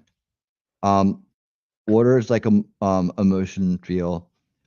earth is practicality and fire is like we gotta kind of think of what they do, right? So fire is like initiative, passion, charm. Depends on the aspect too, like Leo charm. Um, and I don't remember a lot of them. Like it's been a long time. But I know that think of earth as practical. Think of water as emotion. Like think of the ocean. Think of it as the life. Air logic, and fire as is initiative. Kind of like burning, right? It burns. Mhm. It flames up. It provides. It's like a life force too as well. You need fire for warmth, right? So it's like passion burns. Fire signs are really good at starting things, right? So getting things started. Um, Mhm. practical is really good at keeping things that are maintaining, and then water signs are really good at seeing the potential and kind of like finishing it up. Air signs provide the logic and thought into things. It's just if you think of like there's a lot of like really smart Aquariuses. The Aquarius people are kind of out there a little bit, but they're also like really intelligent people. Like they're really good at, and that's why they're really relatable. Geminis too. Geminis are really smart people. You find that they're very intellectual a lot of times. And there's different variations. There's cuspies too. People that are on the cusp or a little bit of both. Those are interesting types as well. Um, let's see. Any other questions? So what are the others? Do you mean? Okay, so Capricorn, Virgo, and Taurus are Earth signs. Aries, Leo, and Sagittarius are fire signs. Scorpio, Pisces, and Cancer are water signs. And Aquarius, Libra, and what's the other one I'm forgetting? Uh, and Gemini are all air signs. Hmm. Yeah, a lot of people get Aquarius mixed up because Aquarius is the water bearer, right? But they're Yeah. bearing the water. But it's an air sign. Hmm. See, it's all fascinating to me because I never bothered to learn any of it. I mean, my grandmother knew a lot of it. My great grandmother really, she could write out a chart like nothing. She could tell you everything about you within like 2 minutes of meeting you just by giving her your, birth date. But she was really good at it. Mm. My grandmother was all right. I just never took to it. They didn't really push it on me either because I was just much better at the tarot reading because, I'd had my experience on the other side. So it And was like that was more for me. and your sisters, you guys all have the same birthday. That's crazy. Um, are I'm Aquarius February 15th, but so are my sisters. Does that mean you guys have the same birthday or you have the same sun sign? You look at what time you were born, and then that's going to give you differences, and also where the moon was. So, like, if your moons and your time of births are different, then you're going to see there. You can start to figure out what the individual differences are. I And wish you hadn't said that way. When the moon is in the seventh house. yeah, What? location means something too. Location, location, location. Like I said, unique mathematical points, right? It's unique. Everybody is a unique mathematical point in the universe. If you look at Oh it my like that, God, yeah. yeah. She said there was a bomb threat in the hospital the night she was born. Oh, that explains a lot about you. You do kind of come in like gangbusters and then just leave just as quickly. Nikki Nicole is for real stripper. Shut up. Is that your name? Because I knew your name was Nikki, but what the hell?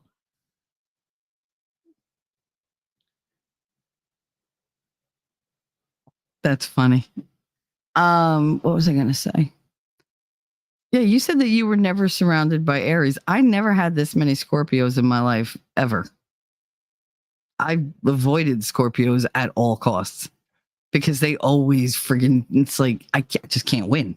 I can't shut up. But I just can't.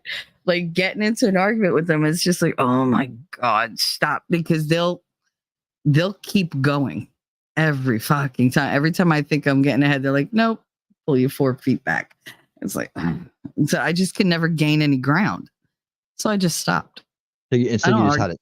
had a, you just had a son. So it's like, Mhm. so you just had, now you have a permanent one. Mhm. But I mean, Connor is a Scorpio. He never lets me win an argument, and I'm the mother. I should be able to win an argument. Can't do it. There's you. I never win a fucking argument, but we know why. Because I taught you how to win an argument with me. But I know plenty of Nickies that are lovely. Yes, I know plenty of Nickies that are lovely as well. I know plenty that are banshees, but I know plenty that are very lovely. So we Oh, just Nikki, gonna you call have you to find India. your find your blue one and Nikki. Oh God. It's really Mickey, but it's to Nikki. I know, believe me. I know. Name it like Michelle. Trust me. It's not the first time I heard that one. My oldest is Jade Marie. Aw, that's a beautiful name. And yeah, she's talking about me. Okay. Why wasn't Jessica? We'll never wait, what? Why wasn't what? I'm so confused. That's what I say. I'm Daytona 500, baby. Because I care little for Valentine's Day for obvious reasons. Yeah, well, you know. I was born literally less than a day before April Fool's Day. I don't know what that means, but I know that I didn't want to be born in April. And when my daughter was coming early, I was like, nope, nope, you're not a Taurus. Nope, nope, nope, nope, nope, not doing that. Nope. You got to stay in. You're not done cooking. Like, that's not the sign for you. Because she would have been born on my father's birthday. He was the Taurus in my life.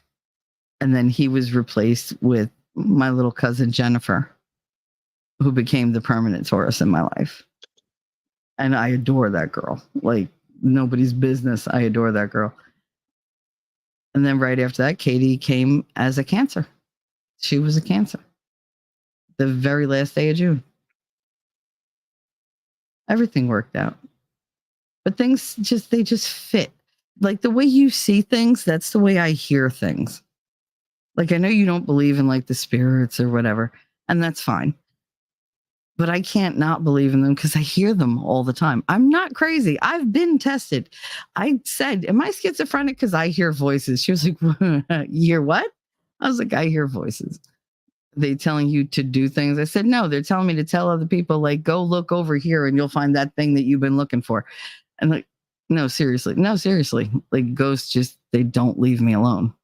They're always here. Like, and I don't even bother bringing them up because I'm never really by myself. Sometimes they're comforting and sometimes they're just like, why are you upset? Why are you being stupid? You know, they could be a little abrasive, but for the most part, they try to be helpful and they try to like, you know, okay, I need you to feel better so you can tell this person that I want them to know this.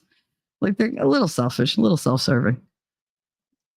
But you don't believe in them. And I'm like, okay, but how do I explain that I hear them 4 to 5 times a day minimum? Like there's always somebody near me. If hearing the cats meowing all the time at the goddamn ceiling above me, no matter where I go, doesn't tell you something, then I don't know how else to convince you. I mean, do you know the people who live upstairs from you? Do they have cats or pets or? Nope. The kid upstairs from me plays basketball. I told you that. He dribbles all goddamn day long. Maybe that's what they're Bang it, looking bang at. it, bang it, bang it, bang it, bang it, bang. No, she doesn't. That doesn't bother her in the slightest. But when there's somebody here, she will, like Snips especially, will rush over, get up on the back of my chair, stand up on her back legs, and like try to get to the ceiling. And she bats at it, and I'm looking. There's nothing there. It's not like there's dust. There's not a moth. There's no ladybug. There's no fly. There's no nothing. There's not even dust mote. And she's just like interacting with somebody, and then she'll either get like this really wailing kind of plaintive meow, Like she's just trying to draw attention to it. Or she just has conversations with them where she just does the chitter and whatever. When she does that, that's usually somebody in the family that's nearby. But like that shadow thing that appeared the other day, she was freaked out. Her and the other one were just in the hallway, just like they were upset with me. And I was like, what? I didn't do it. And then whoop, it went running through. And I was like, no. I didn't sign up for that today. I don't like shadow spirits. They can't hurt me, but I don't like them. They're just creepy. Madeline May. Well, I think we all have our gifts, right? We all have our gifts. Well, I mean, I usually get that when it comes to people. Like if there's somebody I have to stay away from, like they serve no purpose and I'm just going to get hurt, they'll tell me this. No, you have to go as far and as fast as you can. Just go. This is not someone that should be in your life. Like, no. It's almost like, I don't know, emotional drainage radar. What did we say yesterday? Like emotional vampire radar. And the thing is, I don't always listen because I'm like, nah, you're exaggerating. It's fine. I'm not going to listen to some fucking, ghost that's going around. Like, what the fuck do you know? Come to find out, I'm like, all right, I should have listened. I should have listened. I don't listen to the universe a lot because I'm obstinate. I get that. I'm like, don't tell me what to do. And of course, that's the one thing I probably should listen to, but instead I listen to my instincts, which are not that great. Not that great. Really not. I think that was it for that chat. My oldest is older than T-Rex. Yeah, mine too. She's a year older, but still older. Connor's going to be 17 in less than a month. Oh my God. My baby. He's not allowed to grow up. I'm just kidding, God. Let him grow up. Let him grow up and he can get the fuck out at some point. I want him to be happy. Have a wife, have a life, have grandchildren, something, because I need babies in my life. So let's see, get to that, would you? Yeah, but I don't know. When you did that, it fascinated me. So, all right, you mentioned a couple things. So, like looking at the chart and knowing me like you know now, what stands out that you think didn't ring true? Is there anything that told you that, I don't know, you should have been on the lookout for and then just it wasn't there? Look out for Didn't happen? No. Like a warning sign or a place where you might run into trouble or there might be conflict between like. Well, I mean, it's like people, yours and everybody mine. has their everybody has their gifts and their challenges, right? It's just a matter of Mhm. if you embrace them or you resist them, right? Embrace I always told people you can use your chart to understand these things, Mhm. right? So that you can work towards your strengths and work on or around your weaknesses, right? So if you're lacking the if you're lacking practicality, know that that's a challenge for you, and work harder at practicality. But if you know that you're Mhm. intuitive, um, you know, trust your intuitions more, right? So if you know you're not that intuitive, lean on your practicality more. Both these things will Mhm. balance you out in some way because they'll all work together. And it's like, it'd be a warning. It's more like a warning sign for you, not other people. Like, okay, like you have this Taurus rising, right? So you have a very, Mhm. like you said, you've talked about how you have the ability to be very practical and in a sense, right? Um, Mhm. like you said, you've never bounced a check. That's a very practical thing, right? Mhm. You can make a I'm very home. responsible. Yeah, you can do very practical things. You have very practical skills, and a lot of people might not have the same practical skills as you, but they may have skills that complement your own, right? That will make up for your Mhm. lack of, intuition or your lack of, which I wouldn't expect you to have a lot of intuition, but seeing that your moon is in, you're nurturing nature, your heart, Mm-hmm. Cancer in a very big way. So you can see that all these things kind of line up. You can get things started. You can be very motivated and adventurous, right? Through your sun sign. You're very Mm-hmm. practical in your rising sign, and that would be more of like your gift, right? So your gift of practicality. You give very practical advice to people. Um, you're very sturdy in that way. You have this appearance of sturdiness, right?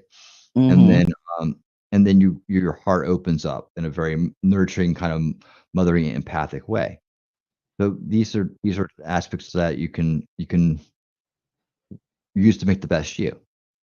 And that Okay. goes for anybody who, when you're looking at your chart and you're looking at these 3 aspects of yourself, you So can where work am I on yourself. weakest? Well, Do we then just you look at say the that? opposition. What are the opposites of it? So what are the what are you weakest at? You can kind of like know what do you think you are, and then um, work at that, right? So and a lot of times, so Boundaries. someone who has a lot of water and not a lot of earth may not be the most practical person in the world. So they have to see our boundaries. Like fire doesn't really know boundaries, right? Fire just burns and burns. So if it's boundaries, then you understand that that needs to be more the focus of the things you work on, or be more upfront about. It's not going to be as intuitive or and natural to create the boundaries, right? So you need to be upfront or more articulate in your boundaries, or be more apparent in your boundaries um, to contain that fire, right? Mm-hmm. You build a fire pit, if you almost, right? And your practical self can understand how to put that plan together.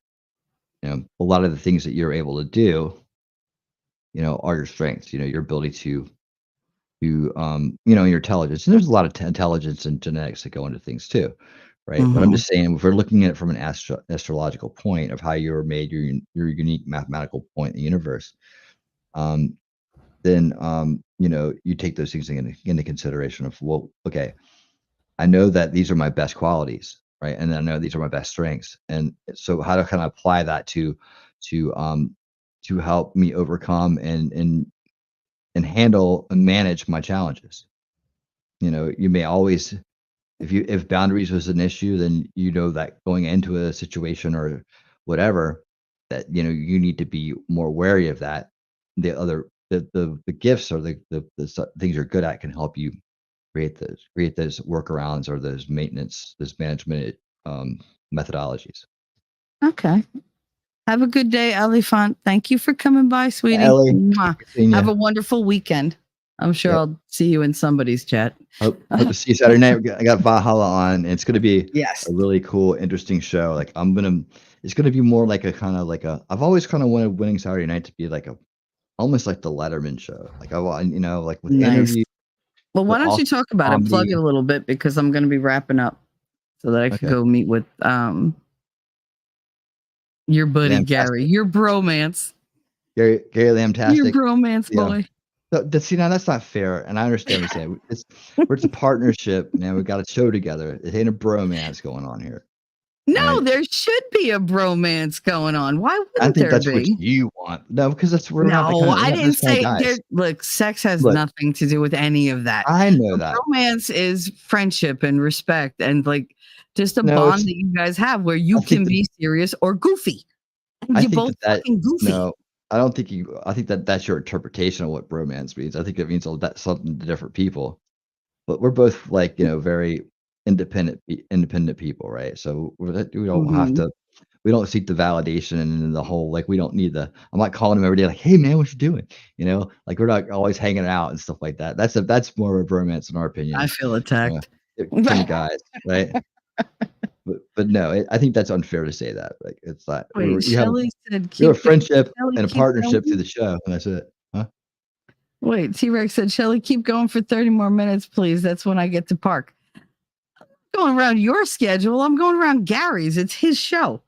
Like, I can't just like, oh yeah, whatever. Well, it's like, yeah, No, we can't I tell mean, you to I keep won't driving say for 30 romance minutes. if you don't like it, but I mean, it's not a I just think it's homosexual a fair thing. I hate assessment. to say. We know that. I know that he knows that, but it's not a fair assessment. Like he probably has a bromance with somebody else. but but it ain't me. It ain't me. I don't know, but it's not. That's not a first. He probably has a Like bromance with somebody else. That was funny. I'm always, sorry. it's like two dudes that are always hanging out together, showing up together, doing things, almost like running buddies in a way. But it's they say the bromance is kind of new. I don't know. I have no idea. I've You never guys are really more like been war in, buddies. been in those. Yeah.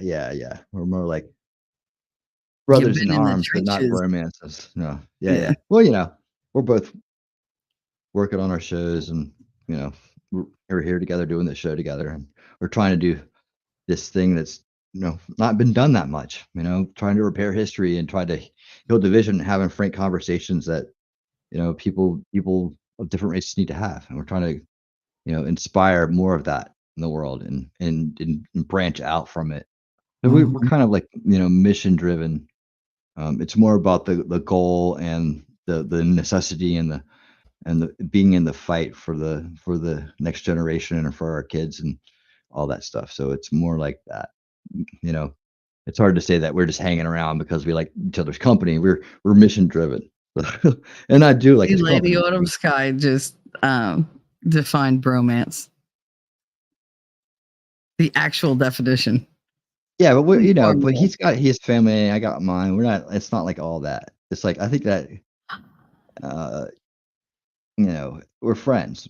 You're Nothing. gonna be running up against some like deep seated weird, like male. Oh no kind of thing. Just we ain't gonna win this argument. Oh, winning and carrier bosom buddies. Oh my god! Oh no! If you had the excerpts from that show, oh, for the love of God! We're more Oh, like please. the dudes in Pulp Fiction, right? He's like Samuel Jackson. I'm like John Travolta. It's more like that. We're on a mission together. I married I guess the Blues Brothers were brothers, but anyways, we'll figure that out as we go along. But anyway, Saturday night it's gonna be it's gonna have more of that entertainment aspect to it. It's gonna have more of that more interaction with that than just a straight interview. It's gonna have a lot of comedy involved in it and a lot of kind of like it's gonna be different from the winning Saturday nights I've done. And put it that way. It's similar in some ways, but also like a little bit more branching out into a late night talk show with like a Letterman style kind of late show kind of thing, like old Letterman, like traditional Letterman, kind I grew up with, Love it. the good one. So that's kind of like what I've always kind of wanted to do with it. And it takes it takes a lot more work actually. And I think I have the right person on. So there will be times where it's just straight interviews because you got to have someone who can actually do that with you. And I think Valhalla is the dude that can do that with me. You could actually Mm-hmm. come in there and do the bits right without Mm-hmm. without freaking out like about it. Nothing worse than when you do you make you spend the time and you make a video or a video series and people are like, I'm not. They think that they're really in it because you've done such a good job making it convincing or something. It's like no. You're part of this. You're part of it, but you're not. It's not about you. It's about the whole I love the clips that you do. I narrative. just have to give you shit over them, or I wouldn't be me. Yeah, well, it's like I had strategic guys on, and I did his right, and he loved it. Most people love him, but he's Mm-hmm. just like, that's called deep fake. I ain't nothing like that, right? But see, it's okay to be like that in the parody kind of, Yeah. imaginative sense. Like we all know that wasn't you. We all know that, and he did like it, but it's just a general reaction. Like Viva Fry too. He gets all nervous. Like, oh no, oh no, oh no, I would never screw my neck at another woman. It's like, dude, you're just playing the part in the movie, and it's a parody about your trip to America. Deep And fake. Wait a minute. So you mean this isn't real?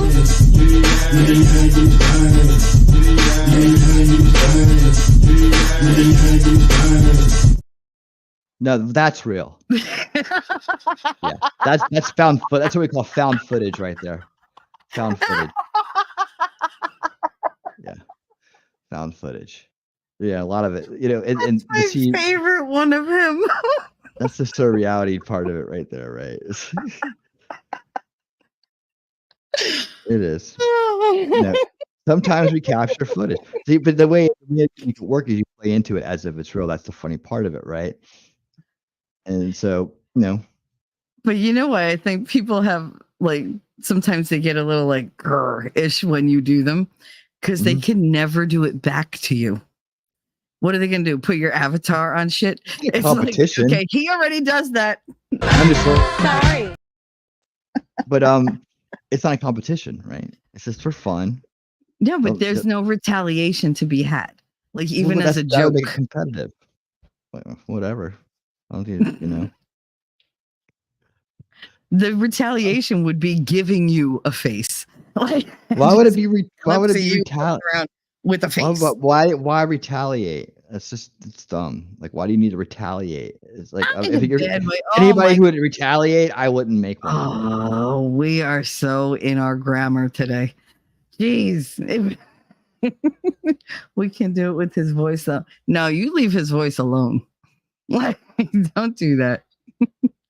You know what's weird? When you met me, you weren't really doing the whole guessing Who said the that? chart kind of thing. You were doing the accents. That drove me insane. He'd be like, "Hey, yeah, okay, you're from da da da da." I'm like, "Who the fuck are you? Comedy Like, is a skill. who are you, and why are you guessing where I'm from?" It's about hitting it at the right point. It's about delivery, juxtaposition. It's like it wouldn't be funny if it comes across as retaliatory or like, that's something that, you'll find in trolley waters, right? Like Yeah, well, the I mean, it meanness could part have of it. a very negative connotation, but I mean, And, Nobody got time for that. right? Everybody just how wants to about have fun. reciprocity? Is that a better word for you? Someone can do There's a no reciprocity to be had. There's no balance. So like they're just left going, right.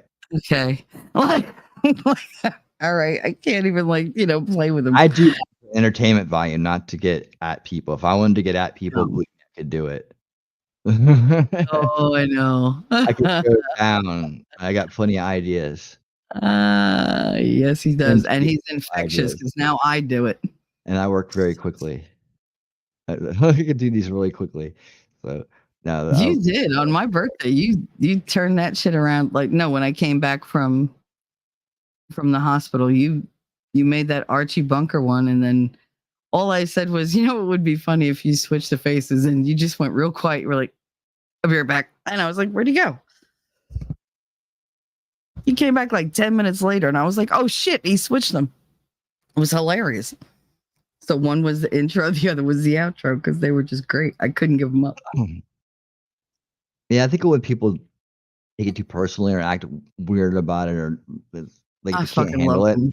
it kind of ruins it. It ruins the fun of it. It's just like I probably won't. It's probably like one of those things where I would do it, but then I probably wouldn't. Yeah, they probably wouldn't get much more out of me after that.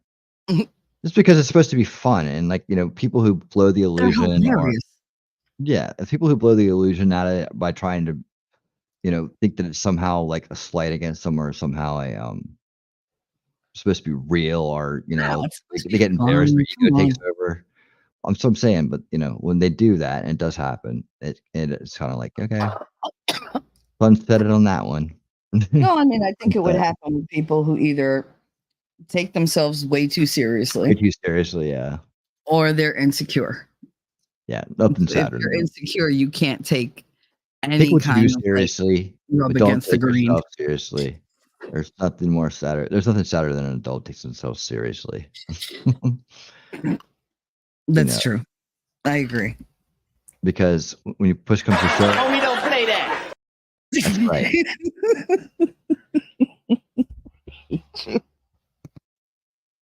That's right. I am an idea, not only an idea.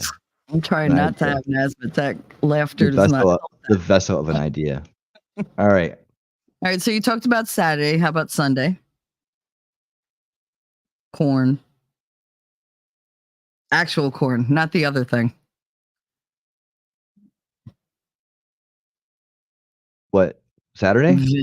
No, you talked about Saturday. Now, what about Sunday? What do Sunday you have is to do Sunday? Yes. we are doing King Corn, which is a documentary from 2007, and it is about the corn industry, and it's very interesting and entertaining documentary, and it talks about how much corn is actually in all the food you eat. Like if you take into consideration what they feed the cattle and the chickens and everything, they're eating corn, you're eating corn when you eat them. And things like high fructose corn syrup, how that's made out of corn, and that Yeah. how that's put into everything like bread and all kinds of other things, mixes, sodas, all kinds of other things. Oh, I So love when they put on people the box, no high are fructose corn syrup. But then you mhm. read and it just says corn syrup.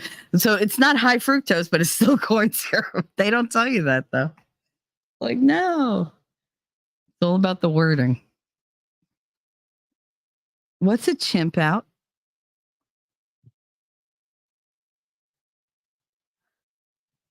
Can somebody explain that to me? Because I don't know. What's a I don't chimp either. out watch party? I don't know what it is either. So Maybe we all they show up mean to with put chimp. bananas? I mean, I don't. Oh, I maybe don't. she's talking about like for to get T-Rex his chimp for his truck because we're gonna have to get that going. Oh, It's time for him to have his monkey. yeah. I don't know if he's responsible enough for a monkey. The video of Rackets and Drex. The video of Rackets and Drex. Did you make? I mean, I know you've made ones of them, but there's a lot, aren't there? We had There's a like lot that of them. whole LawTube series. Yeah, they're in a lot of that. There's also the Drex Life videos. So I don't think I've Drex never even seen watched those. any of them. All Those those I've Law never Tube seen, guys, but I'm not a fan of Drex. So all those Law Tube guys take themselves too seriously, man. All do. And it's just like you can always tell when they get uncomfortable about it. It's just like I don't know. I don't know this myself. I don't think it's like a lot of them just like don't understand that it was like a totally gift of marketing I was doing. But I was just telling a story, and it was just a story of what I was seeing around me at the time. That people don't understand the intricacies of that because it was done in such a lighthearted way. But there's a mhm, lot of I don't do anything like that without some deeper meaning kind of stuff going on with it. And if you look at the whole series as a whole and you understand where it started from to where it went, you can mhm, see a real story in there deeper in the granular parts of it. Like there's a deeper story going on about life, and there's a deeper story about going on about the scene and where it went and how it went and why it went certain ways. And you could see people go from one aspect to another throughout the series. mhm. And some people say consistent. Mm, People just need to relax and have fun with them. That's all. It's enjoy it. For a lot of those guys, they were made out to be rock stars, or, like why? They're just lawyers, right? But mhm, they were elevated to this level of rock stardom because of this one event that happened where they all were together. So if you look at how it started, this one event starts everything that leads to them all being rock stars, and everybody's dancing around having a good time. The cool part was like everybody's having fun with no drama, although in real life drama was trying its best to destroy everything. Right? It was an escape from the drama. That's the escape into the lawtainment universe. It was like that's what the point of it was. And we had the bad guys that were on the scene at the time. There was a message to them too. It's like you guys are all you may be from different places, but you all look the same, right? You're all trying to do the same thing. You're trying to cancel people. You're trying to hurt people's ability to express themselves and say what they want to say and be who they want to be. And freedom of speech. You're using these methods that are uncool, like canceling and doxing mhm, and things like that, right? But throughout it, you see some people go from being on the face turns and heel turns. There's a face turn, there's a major face turn in there, and a major heel turn in there. And if you pay close attention, you can see it. And at the end, justice kind of gets served in a weird way. And it's fun, and it's supposed to be fun. It's a funny way to look at real life that's not that funny sometimes. Or it's also an escape from the drama of real life. That's what it was all about. People take themselves too seriously. A lot of guys had fun with it. A lot of guys saw it and they're like, "Oh, that's really cool," and they had a good time with it. And some people were just like, "Oh, no," try to analyze it too much or go into it too much, or their ego gets involved with it too much, and they didn't. They liked it, but they just didn't understand it. Like they didn't take the time to understand it. Too much mm. of having a hard time seeing themselves in the mirror or I something like. don't think your hard work is appreciated as much as it should be because that shit Well, is it is, fucking funny. but I do keep in mind nobody It's asked me to do it, right? fucking funny. Yeah, Yeah. but So I mean, I a don't little I don't hold gratitude any goes a grudges. long way. I don't hold any grudges. And, thanks for participating. Thanks for being an actor in the Lawtainment universe. If I ever do another one of those things, who knows? I don't know if I ever will do another one, but that was fun to do. I had a great time doing it. It was fun. It was fun. It took winning They're reality on great. a I little watched those. winning surreality now at this point.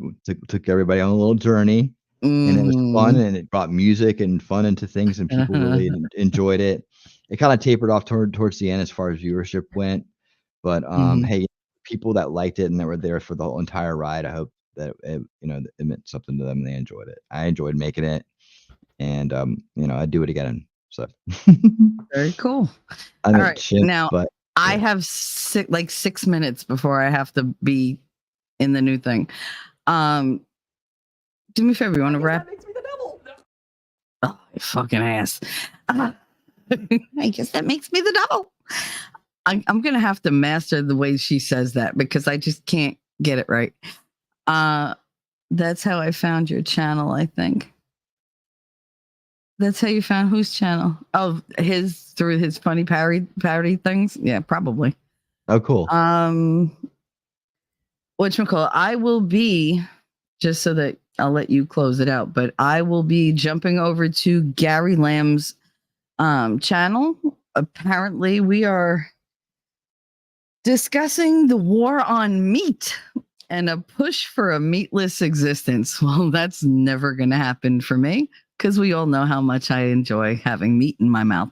You should be good at that because we already covered that too. Uh-huh. You guys know Oh, you guys yeah. know Gary. You know who Gary Lamb is, right? Look what I got here. Hey, where are the white women at? Yeah, I'm on my Gary. way. I'm on my way. Jesus.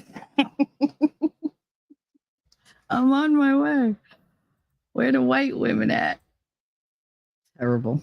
You're a terrible person. I love that one though. Winning. Yeah, the parodies. Yeah, he wins at everything, don't he? Bastard. All right, you got to go, and I got to go. I gotta go. Guys, thank you so much for hanging out with me. I really didn't think I was gonna do a stream this morning, but I was awake, so I figured why the fuck not. And you were great as always. I'm glad we got through the sermon. Stop living in limbo. It's very good advice because you can't go back. You might as well just go forward. There's no point in standing still. T-Rex said, well, if the show is ending, come check out the last part of my stream. I'll be driving Yes. for about 15 more minutes. Okay. Join Gary at the. How about you play both? How about that? Yeah. But thanks for trying to poach my chat, T-Rex. I appreciate it. Oh, we don't play that. Don't think I didn't notice you went live during my show. I noticed. I get the notifications too, you remember? But that's okay. It's all right. You watch. There's enough internet for us both, but rude. Anyway, I'm just fucking with you. I'm very tired. I've slept 2 hours like in 3 days. Come on, just whatever. Sorry. Oh, it should be fun dealing with Gary right now. All right, so thank you guys. Winning, take it away. I'm going to assume a missionary position, and I'll probably be holding it for a very long time. What was that? I'm looking forward to taking it all in. I deserve good things. I am entitled to my share of happiness. I refuse to beat myself up. I am an attractive person. I am fun to be with. Because I'm good enough, I'm smart enough, and doggone it, people like me.